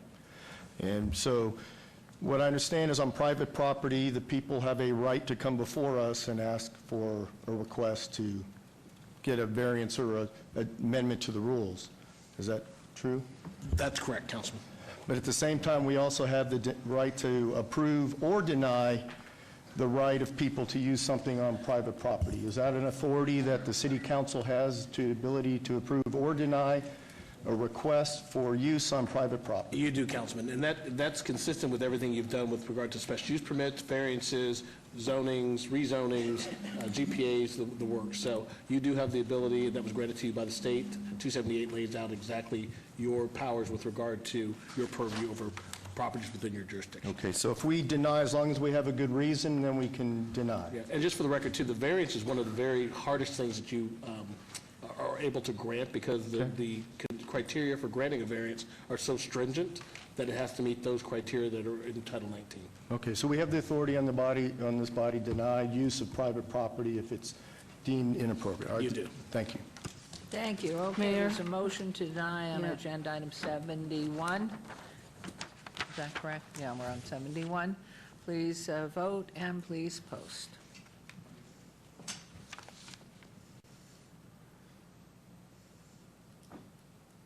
That motion carries. Thank you.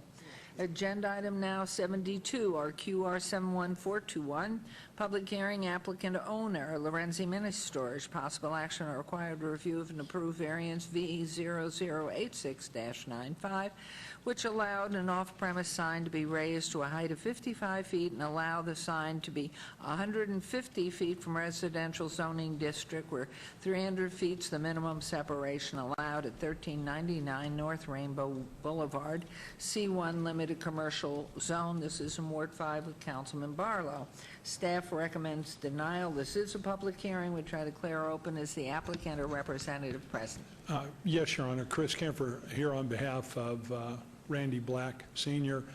We would ask that this item be held for 30 days so we can remove and we'll call it an embellishment, but Mr. Lowenstein explained to me it's a little more than an embellishment. What it is they've added a strip on the top of the sign that needs to go away.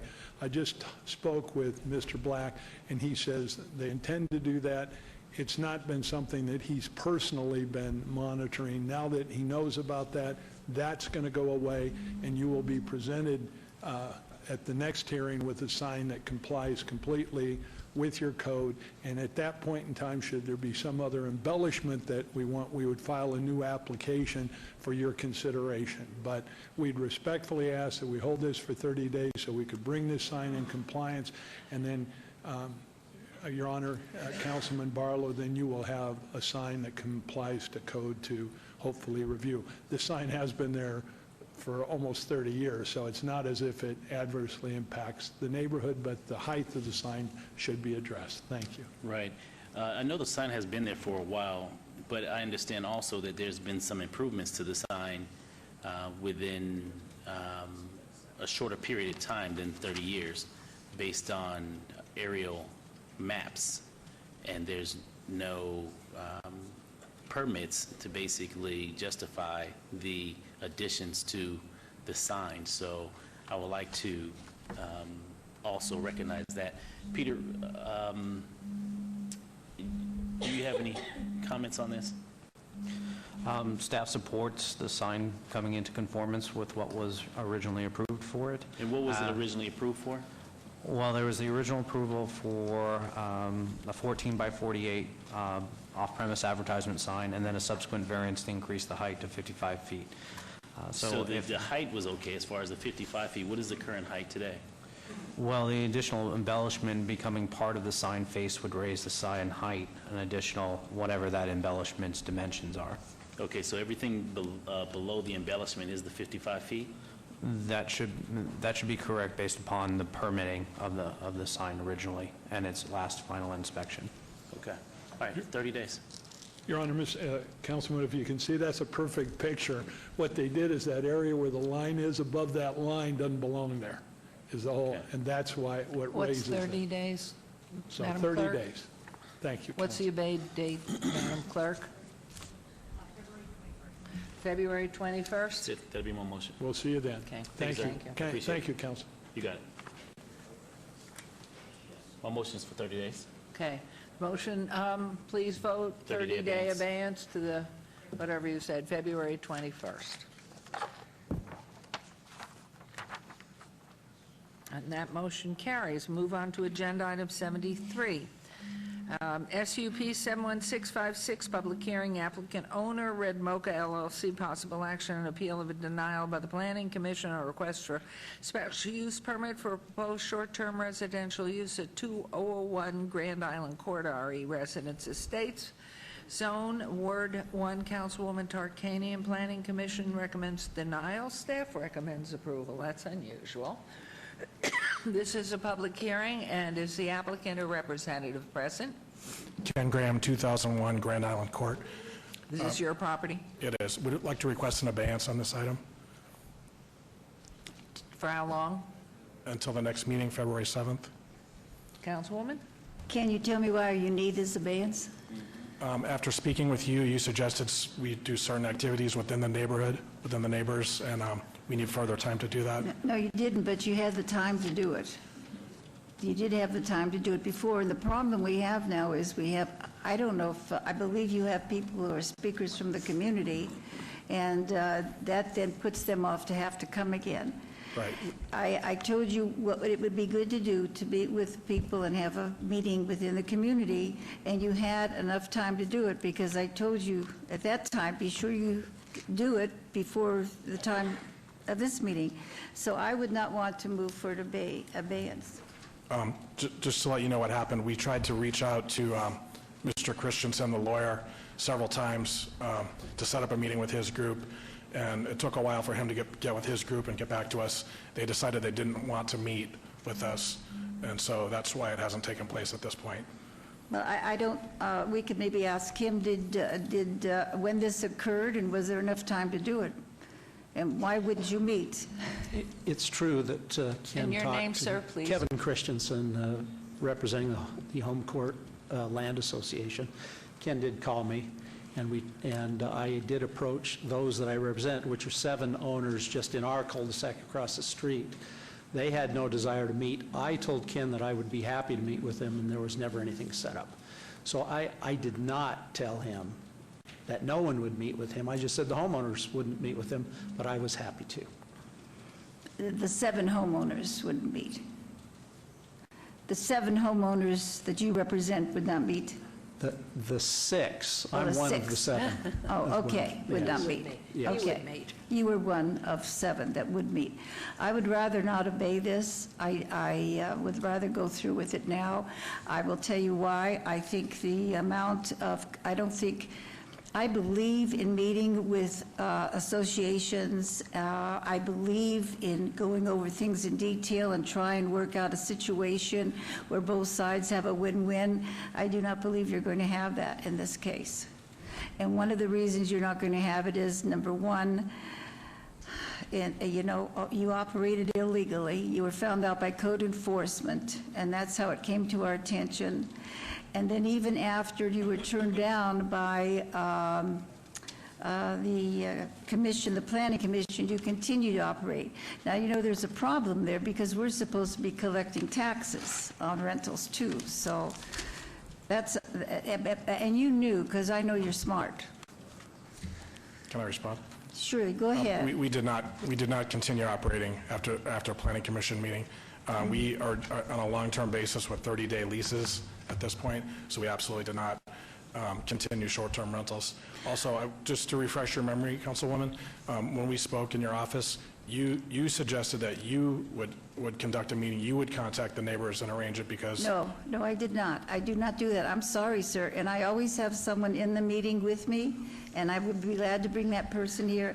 I do not conduct those types of meetings. I conduct meetings where we're having things such as a big development in the area, but I don't conduct the meetings where it's the homeowners. I tell you that if you have one, I will go and I will listen and help, but I do not handle those meetings. Those have to be between the applicant and the neighbors themselves. Right. My recollection is different. You suggested that if we were to go through the process of sending postcards, I believe, to the neighborhood, you thought they may not respond, so you wanted to moderate the meeting and contact them. That's my recollection. I believe your assistant would confirm that. That's one of the reasons why we haven't moved forward with this meeting. We want to try to find some consensus with our neighbors, and it's been difficult. Well, then, if you thought I was going to have this meeting and conduct it, why didn't you contact me and ask me, why haven't you got it done yet? We contacted your office yesterday. Oh, yesterday. I probably haven't gotten that message yet. I'm sorry, sir. I must tell you that I really feel that we need to go ahead with this. I do not think an abeyance will get us any closer to where we are right now. So do you want to hear from the public? I have not held the public hearing part of this. Yes. Would you like to hear from the public on it? Yes, I would, because the public's here today, and I know it's hard sometimes for people to come, so I would, yes. Okay, so if you would come to the microphone and just state your name for the record. And you'll be given an opportunity after they speak to speak again, sir. Okay, please come forward again, state your name for the record. Hello, my name is Kenneth Creer. I live at 2105 Grand Island Court. We were here about a month ago or 2 months ago, and on my phone there are photos of cars. I have known you since you were 14. Oh my gosh. How are you? Woo.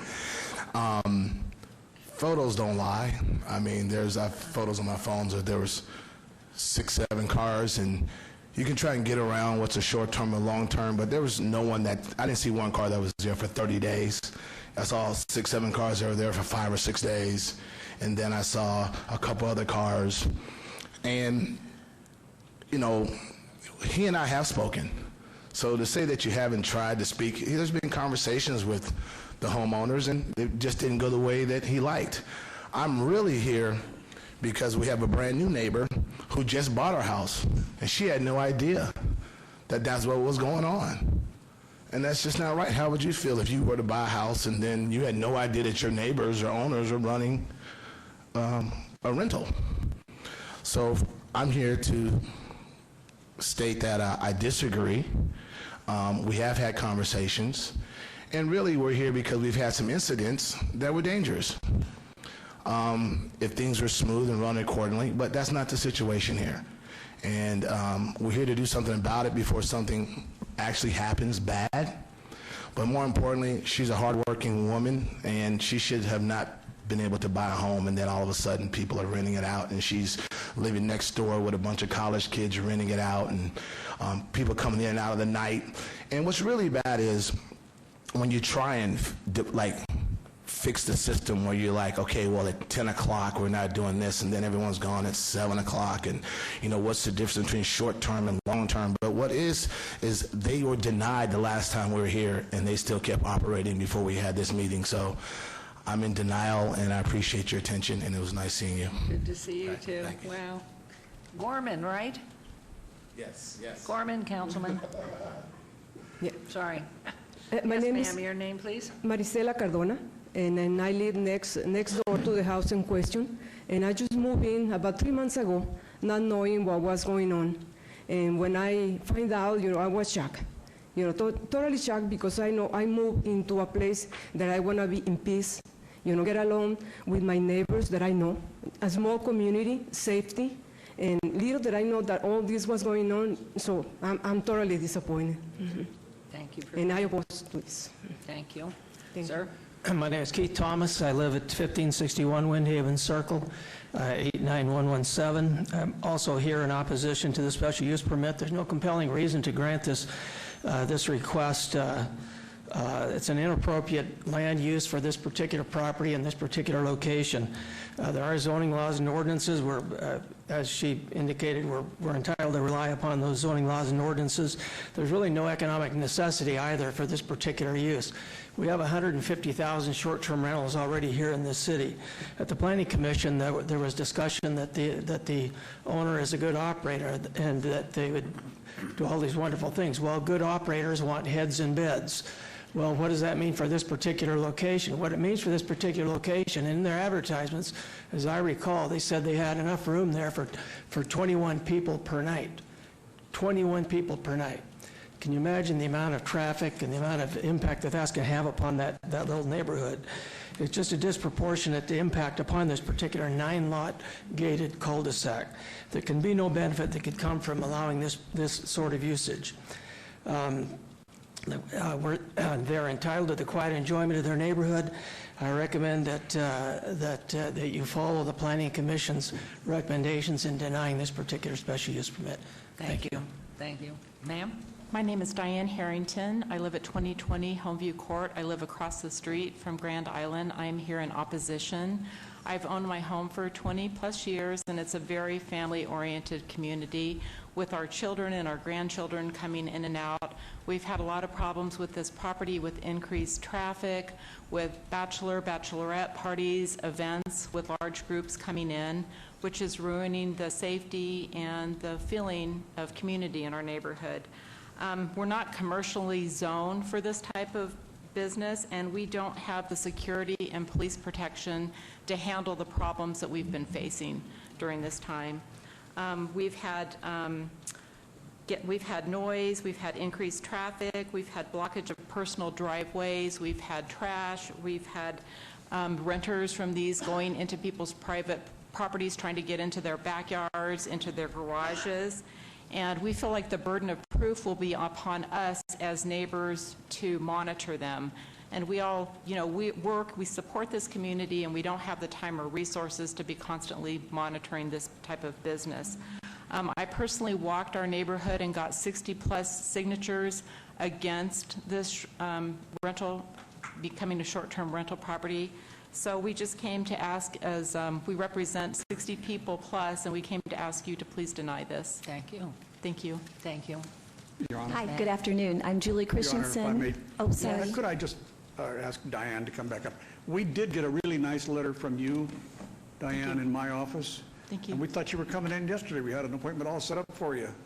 Oh, your office told me that it was canceled. I'm sorry. Oh, really? No, they Yeah. must have called the wrong person. Yeah, well, no, they emailed me. Yeah. I emailed them, and they emailed me back that it Okay. was, yeah. Well, I guess maybe they figured I that apologize. this wasn't going somewhere. Thank you.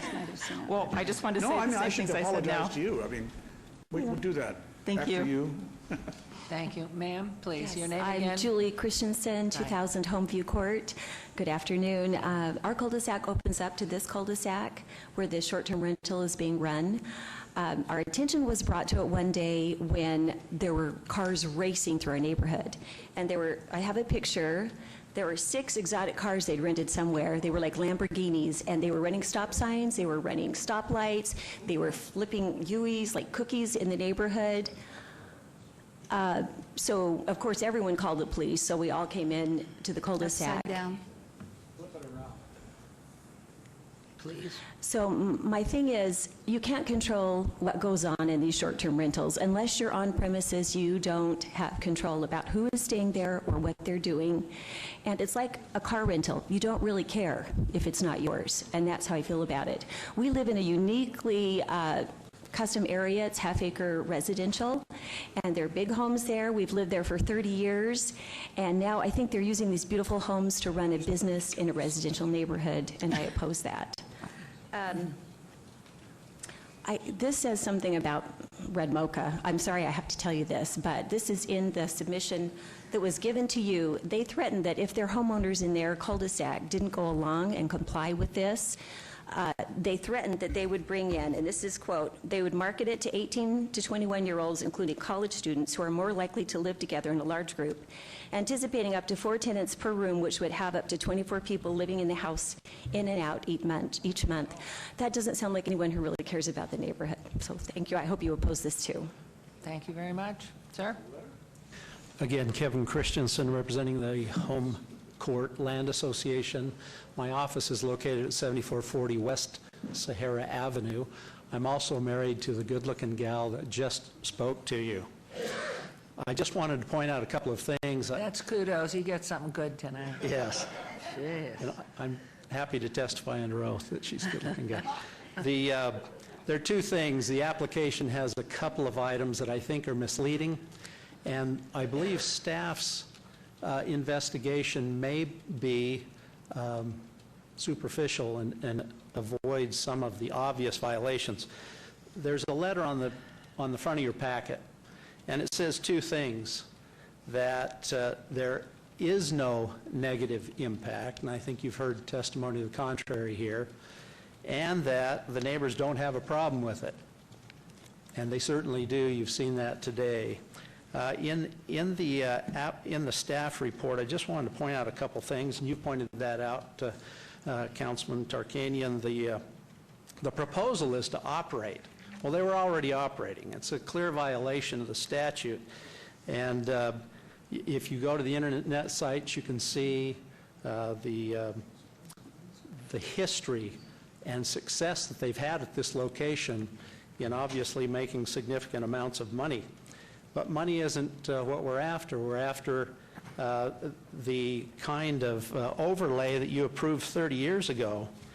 And we have that rural preservation overlay district that you promised us 30 years ago. And you've been good to your word, and we've been before you on dozens of occasions to try and preserve it. And I think it's worth preserving to preserve the style. Now, under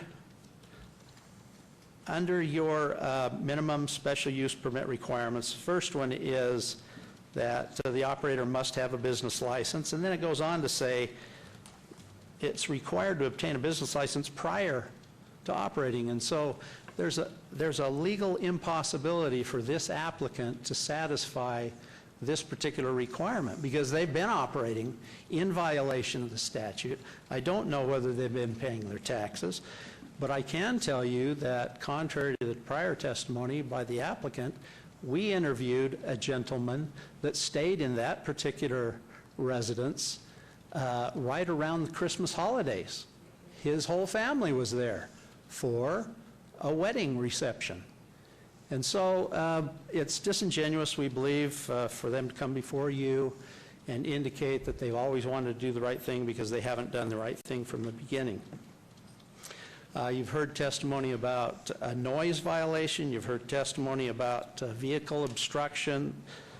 You've heard testimony about how the rural character and the intensity of the area has been affected by this ongoing use. I just think that if a person is going to buy a residential estate, they're already aware of the zoning, and to try and change that zoning by incremental pieces of small use that allow them to do something contrary to the intent is against what your intention was decades ago. And for those reasons, I would request that you deny this appeal from the prior denial of the Planning Commission, and thank you much for your attention. Thank you. Anyone else? I'm going to close public hearing. Mr. Lowenstein, I'm going to ask about the approval. Madam Mayor, the proposed 6-bedroom short-term rental will not be owner-occupied and therefore requires the approval of a special use permit. The Planning Commission found the use to be incompatible with the surrounding area and denied the application. That was a 6-0 vote. Thank you. Thank you very much. Okay, Councilwoman. I told Mr. Graham that he could speak again. I do want to tell you, Mr. Graham, when we said that you were operating after the decision by the Planning Commission, and then this gentleman mentioned how they had talked with someone around Christmas. I also had someone contact me with someone who couldn't get out the gate, and they indicated at that time that they were there on a short-term rental. So it's very difficult to believe what you're saying when all of this is coming about. I understand what you're saying. We have everybody since November 2nd that stayed on our property has had a 30-day lease signed. I didn't bring the material today. I was just under the assumption I could request an abeyance and it would be granted. I also, just to clarify my further remarks about contacting your office, we contacted your office multiple times starting on January 8th, and we didn't actually reach anybody until yesterday, but we did make multiple attempts. I can provide phone records to demonstrate that. Once again, I would respectfully request an abeyance on this item. I'm not completely prepared to address all the remarks. I don't have my other witnesses or my partner here. I was under the assumption we could request an abeyance. So once again, I would respectfully request that. I appreciate that respect. I want to tell you one reason why I don't think you'll get any place with the people who live there, and you're saying that you want to do things the right way. One of the problems you have is the letter that the lady mentioned, where you do come out and you say, we'll do all these things, and they sounded very, very good, and the stipulations sounded good, and quite honestly, your house is beautiful. It is absolutely beautiful. I could see where a person might want to rent it. But then, basically, you say, this is our backup plan. the backup plan in case it is not approved. You say, "We believe our pending license application will be approved. The city generally approves them, even if neighbors protest. In the unlikely event that the application is denied, we will still have to protect our investment. Selling the property will not recoup our investment. Our current backup plan is to rent out each room in the property on 32-day leases, which does not require any license from the city. Our target market is 18 to 21-year-olds, including college students who are more likely to live together in a large group. We anticipate up to 4 tenants per room, which would have up to 24 people living in the house. Tenants will probably be moving in and out each month. Currently, if any guests have any trouble, we are more than willing to kick them out. We did this last time for the first time. However, it's not possible under a lease. If these tenants make too much noise, it's up to others to call the police and so forth." I just want to tell you that sounds like a little bit of a threat. We had one other short-term rental where the gentleman here, 93 years old I think it was, he showed the videotape that he made of it, and that's exactly what they told after they lost their short-term rental license. They said, "Oh, we'll get college students in here." I don't believe anybody who owns a house this nice, or the other house that was very nice, is going to have college students stay in there. I think that was not the wisest thing for you to do. Mr. Coffin, did you want to say something? I did want to ask a technical question, Your Honor. Mayor Pro Tem. Sir, what do you charge for a monthly rent? What is your 30-day? It varies. We don't have a fixed amount. We try to negotiate it on a case-by-case basis. Well, let's talk about a range. What do you charge for a range here?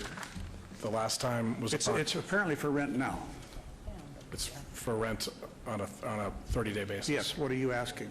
The last time was $7,000. $7,000. Did you rent it out? The last time we rented it was $7,000 per month. Per month. What do you charge for a 3 or 2-day or whatever rental? On a short-term rental, it averages $1,000 a night. Okay. Thank you very much. That helps me understand. So I'm going to make my motion in support of the Planning Commission's recommendation. I move to deny item number 73 based upon the fact the proposed use for the house is not harmonious nor compatible with the neighborhood. This site is gated on a private street located within a rural preservation overlay district established to preserve the rural nature of such designated areas in order to limit encroachment of business or higher density.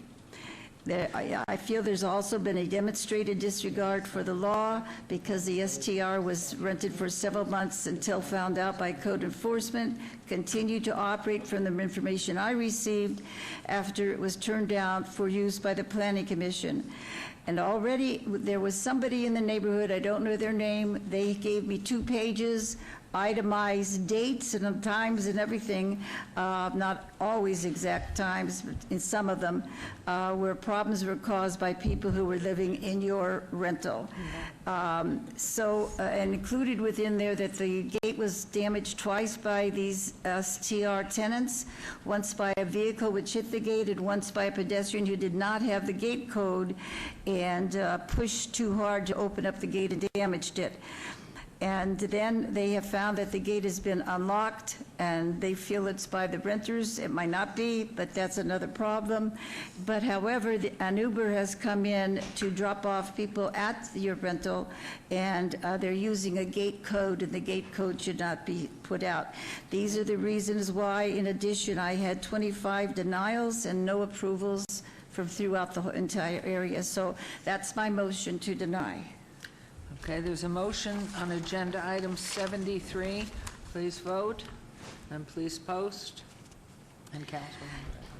And I did want to tell you, I'm also aware that sometimes when people get denied, they feel they'll go with the longer license, or else they'll still try and sneak in the short license. And I ask Mary over there in licensing to watch these places very carefully, because we have to understand, you don't have the right to have the short-term rental. You have the conditional possibility of having it, and that's a very important difference. Thank you. Thank you. That motion carried. The motion is carried to deny. And thank you for coming down, everyone. We'll move on to agenda item 74, motion to rescind DIR 72290 for possible action and appeal of director's decision to not require applications for general plan amendment and major modification in conjunction with applications related to 3 planning projects, PRJ 71990, PRJ 71991, PRJ 71992, generally located on 282.08 acres southwest corner of Alton Rampart Boulevard, RPD 7 residential plan development, 7 units per acre, and PD plan development zones, Ward 2, Councilman Soroka. Staff recommends denial. Mr. Jerbick. Thank you, Your Honor. Yes, as you recall, at the last meeting, there was an appeal heard by this council from a decision by the director to not require a major mod nor a general plan amendment for these 3 pending applications. At that meeting, there was a vote to originally overturn the director. That was a 3-3 vote with Councilwoman Tarkanian abstaining, and then there was a vote to deny the appeal, which passed on a 4-2 vote. The way the parliamentary rules work is anybody who votes in the majority can ask for reconsideration of an item, provided it hasn't been relied on yet. This hadn't been relied on yet. And a member of the majority, in this case Councilman Coffin, who voted in the 4 majority, asked for a motion to reconsider. So it's a 2-part process. The first part is to vote on a motion to rescind your first vote. That is item 74. If item 74 passes, then you go back to item 75 and begin your hearing process over again and re-vote at the end of it. If item 74 does not pass, it ends there, and the original decision that was made at the last meeting stands. So with that said, I invite you to engage in whatever dialogue you want to have regarding the motion to rescind. Keep in mind that I have advised Councilwoman Tarkanian that she cannot vote on item 74 because she abstained the last time. However, the reason for abstention was not conflict of interest. The reason for abstention was receiving information at the last minute without time to process it and vote in an informed way. If a Councilwoman has read the material since the last meeting and does feel that she can now vote on it and feels informed, if you were to rescind, she would be able to vote on item 75, but not on 74. Okay, so for clarification on the vote, would be a motion by Councilman Coffin to rescind. So if one agrees with that vote, you vote aye, and if you disagree, you vote nay, and if it passes, then we move on to 75. If it does not pass, number 75 is moot, and what do we do with it? Okay. At that point in time, you just wouldn't be able to hear it. We'd ask that it just be stricken from the agenda as a matter of parliamentary rule. Okay. So I would assume you would do that or staff would do that? We'll make a record depending on what you vote on right now. Okay. So Councilman, do you want to make the motion? Thank you. Your Honor, I will, after I get some more clarifying information from the city attorney, and I'm glad both of you are there, Brad, because last Wednesday, last council meeting, I was blind with pain like a dummy. I didn't take a painkiller in the afternoon, so I was pretty sore. I'm standing around, and frankly, I dropped the ball. I voted exactly the opposite of what I intended to do. And I didn't even know it at the time because I think it was the last item on the agenda and we adjourned. That was about after 9 or 10 hours of meeting. Also at that time, Councilwoman Tarkanian needed additional information. She asked if she could abstain, and I think, I forget which motion because it was confusing. But she asked if she could abstain, and you said no, she cannot abstain, and then you qualified that by saying, well, there's, the state law says you have to vote, unless you have a direct conflict of interest. There being none, is that correct? Not exactly. My recollection is, and I think the councilwoman may have the same recollection, that normally, under normal abstentions, you do need a reason under state law, and you need to state it on the record. Whatever that reason is, you have to state it on the record. Nobody gets to abstain by just saying, I abstain. And normal abstentions are because of a conflict of interest. Her abstention was a unique abstention because it didn't have to do with the conflict, it had to do with a lack of information. It's my recollection that the councilwoman received information, but it was only the evening before the vote and didn't have time to process it. And so what I advise is that she could abstain, provided she put the reason on the record, but and if she were in the future called upon to vote after she had time to read it, she could jump back in. So I guess, Your Honor, we have a good colloquy going here. And if you don't mind, we could continue through you, Mayor, to Brad and I, if we can discuss this, because this is where the rub comes in. So I requested that next day, that would be Thursday, whatever the day was, the 4th maybe of January. And I said, I want to reconsider my vote. Like a dummy, I voted wrong. And as it turned out, it did exactly the opposite effect of what I wanted. So I'm admitting my human failings, and I did the normal thing. Also, Councilwoman Tarkanian had sufficient, and has had sufficient time to learn what to do. Even though you said she could abstain, you had advised her not to. You said state law prohibits her from abstaining. Yet, she did abstain.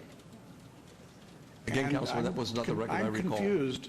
You didn't object to that. That's very important because it plays a role in today that I just found out 90 minutes ago. 90 minutes ago, I talked to Deputy Scott there, Brian, and you just conveyed to me that for the first time, I'd never heard this in all the discussions we've had over the last 2 weeks, that if 74 does not pass, 75 dies. But 74 cannot pass. You never told me that this was futile, because you're saying, you're advising Councilwoman Tarkanian not to vote. Well, if she follows your guidance, and understand it's just guidance, she can't vote. It dies again on, well, it would be a 3-3, let's say, if I voted properly, the way I feel I should, and the way I read the council, if there are no changes of opinion. But you never said that, and you never counseled her. You never counseled her, because we've talked about this. She said, Brad said, let me make sure we're understanding it. Brad said, if I can't vote on 74, but I can vote on 75. He didn't tell her that if 74 dies because she can't vote, then 75 never comes up. See, she was under the impression she'll have to abstain once and vote once. You put me in an interesting position because I have briefed people in an attorney-client context. I can say that I have been consistent, in my opinion, from the beginning, that one, I'm not going to make a comment on whether this is futile or not, because I have said... I can't hear you, Brad. I'm sorry. I have not said this is futile for you to pursue this. I have said you need 4 votes in order for the motion to rescind to pass. And I have consistently said that unless the motion to rescind passes, you don't get to number 2, the reconsideration of the item as a whole. I don't believe I've ever said anything inconsistent with that. So I have a different recollection, Councilman. Well, then I guess through you, Your Honor, to Brad, what would be the point of doing all this and going through this exercise? I was never counseled. You may not remember, but I can remember not hearing because it makes sense. If I had heard you can't get enough votes to pass 74 and the councilwoman's got to abstain, well, that kills 75. But we wouldn't have gone there. I would have shot myself probably, but in the end, you know, it's like, what point is this exercise? But all the counseling you've been giving, I'm going to say, maybe I'm wrong, maybe I misunderstood the councilwoman. Maybe I should say that she either misheard you or that she relayed a different kind of information to me than you had in private conversation. But this is the sense of the council right now. In the last recorded votes we had, the new council had taken the position 4-3 in all circumstances that we not move any further. 5 days ago, as if this didn't count, 5 days ago then, the court, a competent judge... Does this have anything to do with this motion, all this? You bet it does. This, So, Brad, just wondering. And next time you interrupt, I'm going to have to harass you again. That's okay, because harassment in my office gets graded. Oh, I'm going to score high, too. You have this situation. The new council is in 4-3 position. This upends it if we don't reverse it. So then, 5 days ago, a judge, a competent judge who does business cases and understands these issues, ruled against us. We lost the case on this exact point. Why would we today thumb our nose at the judge and say, well, sorry, Judge Crockett, but we don't care what you said in court. Now, we haven't even filed an appeal. We haven't even seen your language that you used, but you spoke pretty loud and clear, Your Honor. But we don't care what you said. Our position is going to be against you and for whoever, the developer. This is, I guess it's awkward, Brad. I mean, unless the councilwoman feels free to vote on 74, which I believe she has the right to do. There are all kinds of rules of order. I've lived under Masons and under Roberts and under, the rule of 11 in the Senate. So I know the rules. And you can advise, but you can't dictate how a councilwoman can vote. Your Honor, it certainly is up for discussion. I haven't made the motion yet, but I want to make sure that you feel the item is ready for the motion, then I will make the motion. Okay, well, I think the clarity, and of course, we all rely on legal for everything. You have every right, as far as I understand from Brad and legal, to request to rescind your vote, and it has to always go through someone who made the motion votes on it. And the fact that I thought Mr. Jerbick, in clarification, when the vote was made, and I did ask him that I thought Councilwoman Mayor Pro Tem had to vote. He said no because of the material, and that will give her time. So the vote was 3-3, and with a tie, a new motion, what this was, it dies. It has to have, and so on this, you have every prerogative to ask to rescind the motion. The question is, will the others that voted one way or the other support that vote? So the question is, Mr. Counsel, does that mean only those who voted in the 4-3 vote, or does the entire panel minus Councilwoman vote? It is minus the councilwoman, and there wasn't a 4-3 vote. Could you say it again into your mic? Sorry. I'm sorry. It was a 4-2 vote that denied the appeal with the councilwoman abstaining. The advice I've given, and my recollection is having this conversation with the councilman as well last week and repeating it again on Monday morning at a 9:30 briefing, but nevertheless, I can respect differences of memory. The fact is, I've said from the beginning that it takes two things. It takes a majority vote, and in this case, it takes a 2/3 vote under Nevada law. It turns out it's the same thing in this case because a 4-2 vote is 2/3 vote. So it takes a 2/3 vote for this to pass. To rescind. And everybody can vote except the councilman who abstained on the original vote. Okay, that answers the question. So your motion, if you'll make it, and we'll see. And now it needs 2/3 to pass? Correct. That's what he has said. It needs 2/3. Now, that's the first time I heard that. The first time. I still have a good memory despite my advanced age. Okay, so you want to make your motion? I'm going to move to rescind. I'm going to move as a member of the prevailing side to call for the rescission of 72-290, which was passed at our last council There's a meeting. motion to rescind the prior vote on 74. Please vote and please post.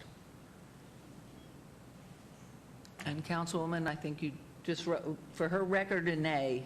Correct. Oh, a nay? No, you're right. You did the right Oh, thing. yes. That's what I do with it. And please post.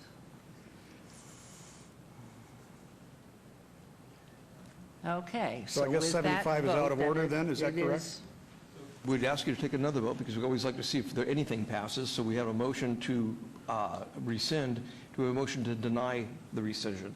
Yes, you have a motion to deny the rescind. Okay. Let me ask you a Same question. What is the motion. effect of that Same motion? thing. effect of that motion? Yeah, I don't more know. than It's one of us legal. want to know. Send us back in the other direction. We have from the beginning of time required that when a motion doesn't pass, that you take an alternative motion to see if it does pass. That is exactly what happened 2 weeks ago when there was a tie vote, and we asked you to take a motion that was the opposite, and it turned out that motion did pass.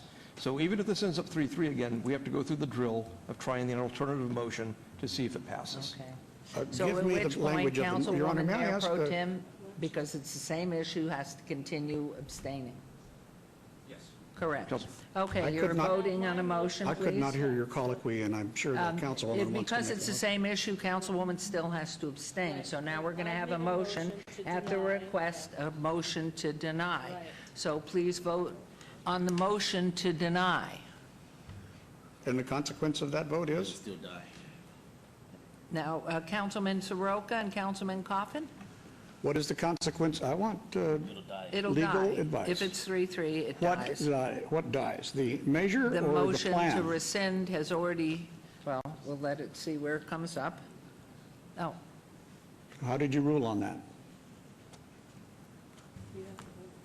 the reason you have requested that we motion in the affirmative now is because legally, Right, let me say this, you had a motion to rescind, it did not pass, it was a tie vote. Now we're going to take a motion to not rescind, to deny the motion to rescind. If that ends up a tie vote, it's over. There's not an affirmative number of votes to pass it. So this is a motion to not rescind An additional nail. that I just made? right. You made a motion to rescind, this is a motion to not rescind. No, I'm telling you, I'm still about in a legal fog here, and I'm not alone on this end of the dais. Why don't you tell us the practical consequences of a yes vote and that of a no vote? We ask always that you take a motion in the alternative to see if it's affirmative. If both votes are tied, then this dies and you don't get to item 75. That's the consequence. So what does a yes vote mean? He's confused on what he's voting on. Right. Yeah, a yes vote, the councilman has moved to not rescind. A yes vote means you agree to not rescind the vote. What does it mean, though, in terms of its effect? You keep repeating the parliamentary results. Right. But in essence, I know that my colleague on the left is getting impatient, but I'm asking legal counsel for rulings here. And in plain language, If it's a tie vote or an affirmative vote, there is no major modification and no general plan amendment required from the planning department. thank you. I'm voting no then. Okay, if you would, vote and then please post.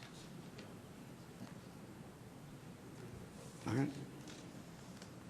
And that ends in the same tie, so 74 has failed and been in the affirmative, and so at this point, could you make the proper statement about 75? Who Right, having made the moves record I made strike? before, we are at the point where the motion to rescind did not pass, and therefore the council's unable to hear number 75. I'd like the clerk to show the record reflecting that and move on to the next business. Okay, so do we vote to strike number 75, council? I move to strike 75. Okay. So now we need a motion to strike. Councilman Barlow? Oh, Councilman Coffin made the motion? I mean, what good is it if, look, all right, I withdraw my motion. I withdraw my motion. Can I motion to strike since he withdrew? I motion to strike. Okay. Okay, There's she has a motion on the to strike floor. made by Councilwoman Fiore on number 75. Now on the Please motion, may vote. I ask a question of legal counsel? What is the effect of a yes or no vote? And now Councilwoman Tarkanian can vote. Okay, no, excuse me one second, because I have not read number 75. Let me read it, because I want to make sure we're doing everything the right procedural way. Agenda item 75, 74 we voted on, it failed. This is, and then a new motion, and which was sustained in the positive. This is reconsidered DIR 7229 of public hearing, possible action and appeal of director's decision to not require applications for general plan amendment and major modification in conjunction with applications related to 3 planning projects, PRJ 71990, PRJ 71991, PRJ 71992, generally located on 282.08 acres southwest corner of Alton Rampart Boulevard, RPD 7 Residential Plan Development, 7 units per acre. PD Plan Development Zones, Ward 2, Councilman Soroka, staff recommends denial. And Mr. Jerbick, then we make a motion to strike. You do not. Let me repeat. As a matter of law, this is one of those rare issues that you don't even get to consider it in any form unless the motion to rescind passes. The motion to rescind did not pass. As a matter of law, you cannot take action on 75. No motion to strike is necessary. Okay, done. Thank you. All right, we will move on to agenda item 76. Set the date on any appeals filed or require public hearings. Instruct the city clerk to set the public hearing dates and appeals from city planning commission meetings, dangerous buildings, or nuisance litter abatements. Will do. Thank you very much. Let's move on to citizen participation. Our last citizen participation. And that is citizen participation. Public comment during this portion of the agenda must be limited to matters within the jurisdiction of the City Council. No subject may be acted upon by the City Council unless the subject is on the agenda scheduled for action. If you wish to be heard, come to the podium, give your name for the record. The amount of discussion on any single subject, as well as the amount of time any single speaker is allowed, may be limited. This is your opportunity to address the council, but the council is not able to respond or engage in dialogue. Are there any members of the public who wish to speak under this portion of the agenda? Good afternoon, Mayor, City Council. Dorothy Barnes, B-A-R-N-E-S for the record. You know, I've been experiencing this problem. I'm trying to find out, because I'm constantly going to law enforcement for help to gain some control over the drug racketeering. My name and my distress signal are being used to set up a drug market here in Clark County and without my permission. And these people that are allowed on the military base, which is located in Clark County, to victimize me, and then they sit out there and lie on me. My health is not that good, and I ended up living homeless. When I tried to live in apartments up in Henderson, they said it was safe, there was no drugs. They did not understand. It's just as bad a problem up in Henderson, the drugs. That's what took me to county commissioners. It's all over the county. The drug epidemic is growing. And these people are allowed on Nellis Air Force Base. I've given some names of them that I gave to the police so they can question them who gave them this drug and who gave them permission to use my distress signal to set up their drug market and threaten my life and my family's life to support this thing without my permission. I've had drug dealers threaten that they better not get busted. I didn't hire them. They're not my responsibility. Whoever hired them, I'm trying to put the problem on them and get it off my shoulder. I didn't give anyone permission in this city or any other city to use anything with my name on it. And when your husband was in this office, he requested they reissue my distress signal to clear this matter up.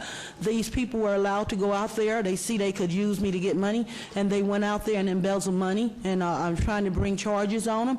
I could not afford an attorney. The free attorneys won't do lawsuits. And these people have just victimized me from here to Louisiana. And my family, I have children and grandchildren. And I've asked them to remove my name off any and all such programs which involve the racketeering of drugs, trafficking of drugs. And Ms. Gwendolyn Mabry, I'm asking her to be removed from Nellis Air Force Base from over me, and my ex-husband, Harry Jefferson Jr., not to be allowed to travel in here from Shreveport, Louisiana, and get with Ms. Gwendolyn Mabry and Joseph Thayer Burton and Joyce Ford, who's a Jamaican lady, to set up their drug racket and run out there over me and lie on me and constantly put me in distress with my condition with my doctor and stuff. And the police are like helpless. Let me on Nellis. I know how to get information from the CIA to get some control over these people. They are not supposed to be out there victimizing people and just constantly year after year putting this trouble on me. Thank you. And God we know bless. you've been in front of the county, and we Yeah, I want the police appreciate department to do something before they have a problem like October 1st, even worse. Thank you, God bless. Thank you.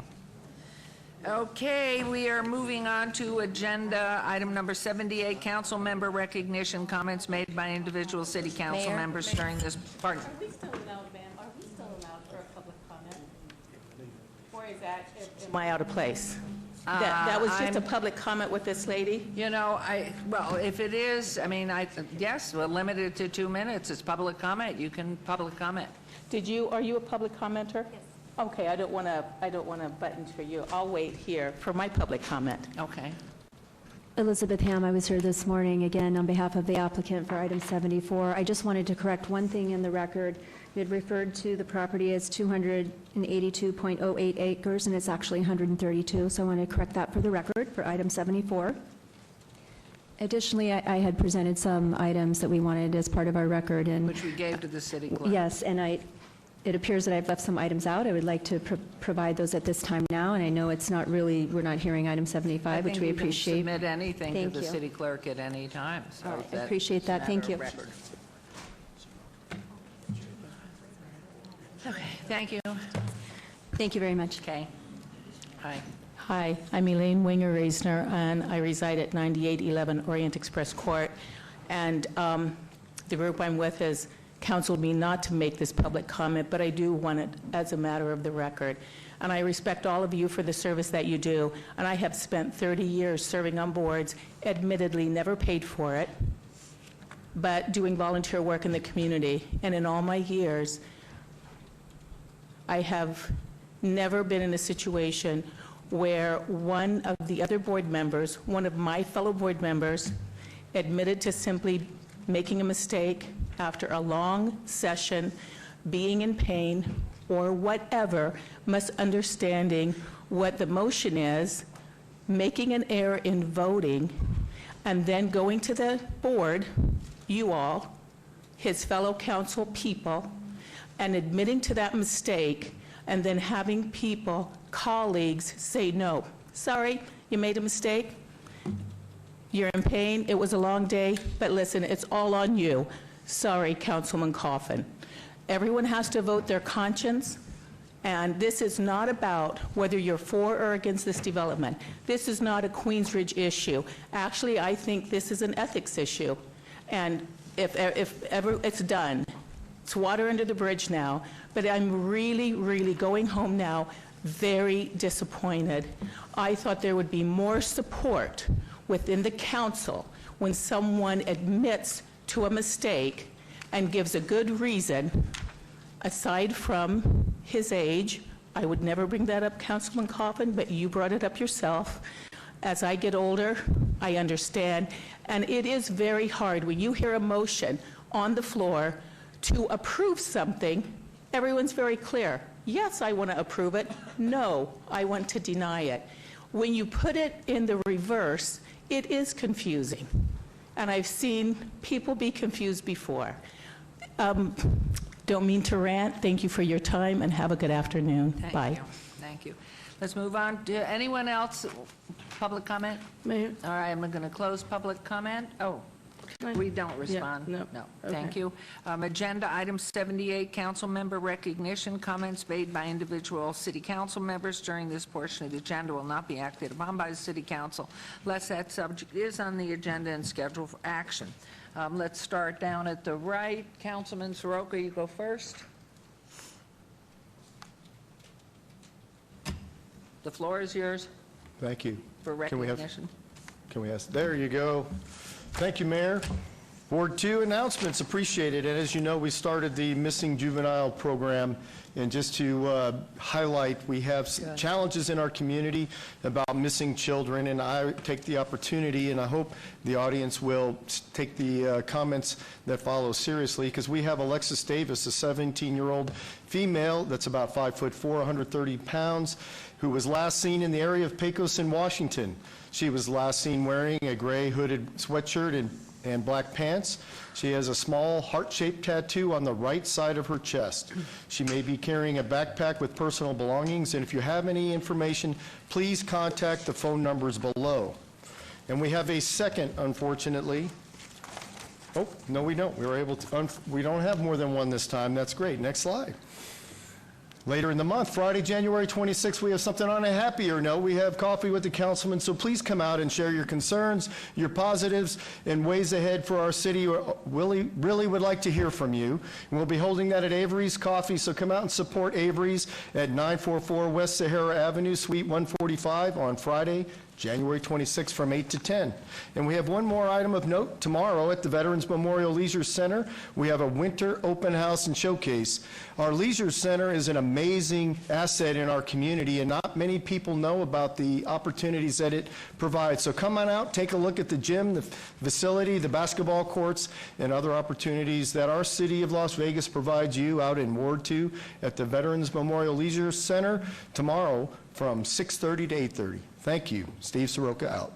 Thank you very much. Councilman Anthony. Thank you, Mayor. As soon as we get the flyer up. Healthy Family Fair. There we go, almost had it there. Okay, there you go. It's, please join me, as you can see, January 20th from 12 to noon at the Durango Hills YMCA at Durango and Gowan. It's the Healthy Family Fair. Partnering up with the YMCA, we'll have lots of vendors out there that deal with health and the family, so you can come out and talk to a lot of different vendors, get a lot of information about how to stay healthy, because that's the most important thing in your life. And so yeah, come on out, and it's free for everybody. It doesn't cost you a dime, and you'll probably learn a lot about taking care of yourself. Thank you. Thank you very much. Councilwoman, if you wish on your Mayor Pro Tem, please. Today is the 25th anniversary of the West Charleston Library at 6301 West Charleston Boulevard. A lot of excitement out there. They're having live music and light refreshments this evening from 5 until 7 p.m. It's a day to celebrate one of our oldest libraries. Everyone is welcome. So please come to the West Charleston Library. And tomorrow, I will be attending the 36th, can you imagine that, the 36th Wynn Court graduation. Wynn Court is a trauma-responsive court for women with criminal behaviors and substance abuse. The court is designed to reduce a return of women offenders. The women learn to make positive choices and reconnect with family as part of the process. It's one of the municipal court's specialty programs, and Chief Judge Cynthia Leong has done a tremendous job in leading this effort. If you go there anytime, you'll just be totally amazed at the women who are there cheering on the ones who have made it, who have been able to drop the addiction to drugs or to alcohol, who are making, coming back together with their family and their children. It's something that really touches your heart. There will be a Project Neon public meeting scheduled for Wednesday, January 24th from 4 to 7 p.m. at the historic 5th Street School at 401 South 4th Street. The presentation on Neon will begin at 5:30 p.m., and I encourage everyone who lives around or commutes on Interstate 15 from Sahara to the Spaghetti Bowl to attend the meeting.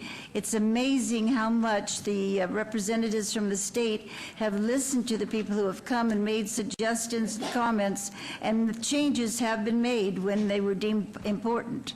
Project Neon is expected to have a significant impact on our commuters this year as the major construction takes place is finished. If you are unable to attend, please visit www.projectneon.com for ways to stay informed about the Neon project. That's it. That's it? That's it. Okay, Councilman Barlow.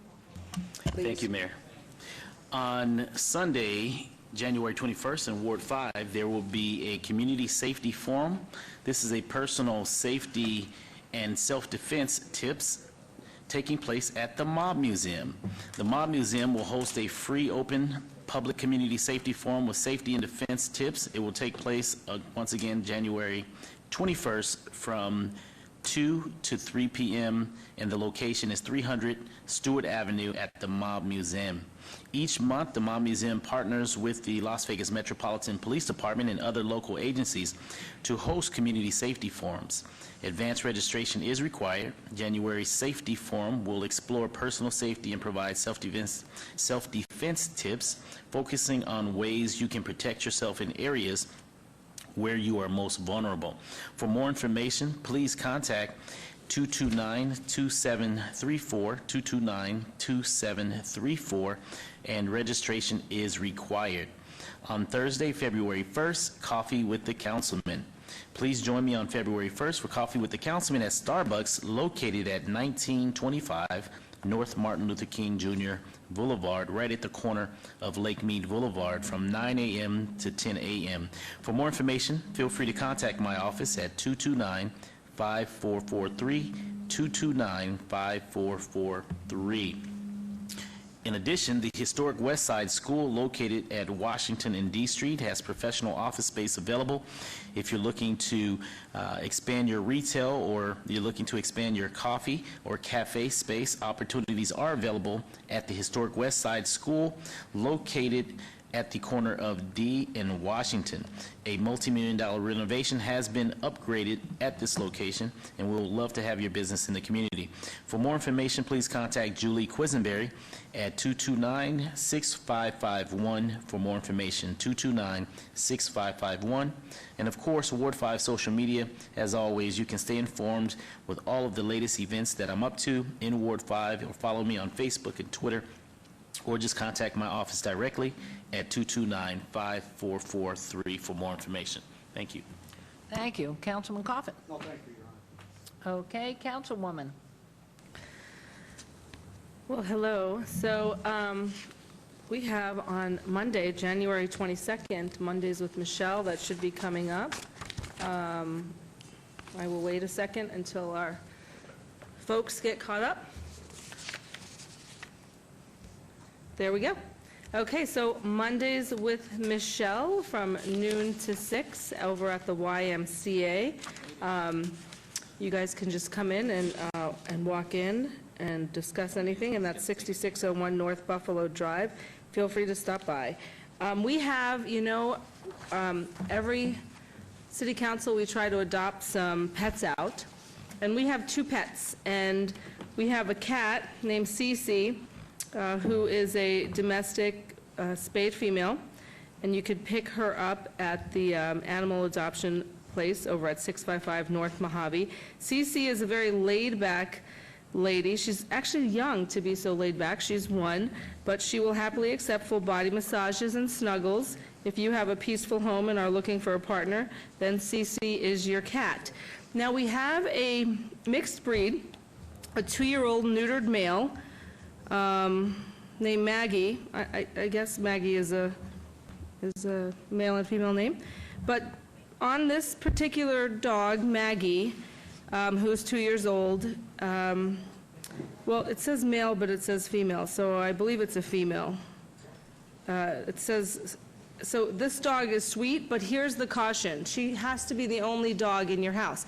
Now, when you adopt dogs that you're not sure with the history, make sure that you understand this dog needs to be the only dog in the home. So Maggie is a sweet as can be. She loves to go for walks and explore. She's friendly, and she'll let you hug her.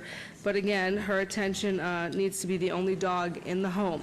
And as usual, every council meeting for the next 24 hours, if you go to our adoption facility and adopt either Cece or Maggie, I will gladly gift that to you. And then I also want to say hi to my mom. She's texting. She said, Mayor, she likes your scarf. Oh, yes, thank you. Thanks, So, Mom. hi, Mom, we love you, and thank you. Have a great day. And I also just want to make sure that the people listening know that we do love each other up here, and we always protect each other. Yes. Thank you very much. And so for closing this out today, join me for our next Coffee with the Mayor on Tuesday, January 30th, 8 to 9:30 a.m. right here in Ward 3. Sort of around the corner, at the corner of Clark and Casino Center. There's a brand new Starbucks there with a beautiful Hawaiian mural and lovely people working inside. And we celebrate Downtown Lights Up because Madame Fiore's mom saw this and is so supportive. We're thrilled. We're going to be having a new canopy, new lights downtown on the Fremont Street experience as well, and we've got some new street gateway signs that are going to be coming. It's a great year. Tomorrow happens to be my State of the City was last Thursday night, and tomorrow is going to be the State of the City for Mayor Lee in North Las Vegas. So for those of you who still can get in, and there are tickets available, I'm sure, they're part of our family as well. And so our next city council meeting will be February 7th in council chambers, beginning at 9, and we thank you all. We look to be a banner year ahead. It's very exciting of all the things that are happening out in the medical district. Oh my gosh, and you can just feel it because Councilwoman Tarkanian has so many things with which to deal. So it's a wonderful time. Thank you, staff. Thank you, marshals. Thank you, all of our leadership. Thank you, our clerk's office and mass. Thank you for planning and everybody else. Thank you all. Thank you, Mr. Lowenstein. Thank you, Mr. Summerfield. Thank you all. And thank you all. Thank you. This is a good year. May it be a great one for you. Get back in the school district and teach. I just read our rating this morning. It got lower. I don't know how it could get lower. Can I ask a question? Yeah. Before we totally go away, because our staff is still sitting here. A couple of weeks ago, I asked for a tally on how much money we've been spending on the Badlands. Can I just request a follow-up on that? Yeah. So staff, I need Now, when you numbers. ask that question, are Yeah. you talking staff time, or Everything. are you talking The whole filings, court taxpayer, representation? 2 years taxpayer, this ongoing Badlands battle, how much are we spending on that? Yes, Your Honor, just very quickly, I've started pulling the data. As you can imagine, it's a tremendous amount of data because we have so many employees who are involved in that. But we have, IT has been very helpful in collecting all of the calendars for all the meetings, and then we'll compile that with some additional information from all these meetings that the clerk's office is putting that information together, and we should have something within the next 2 weeks. Thank you. I just wanted to make sure you didn't forget me. I know I'm hard to forget.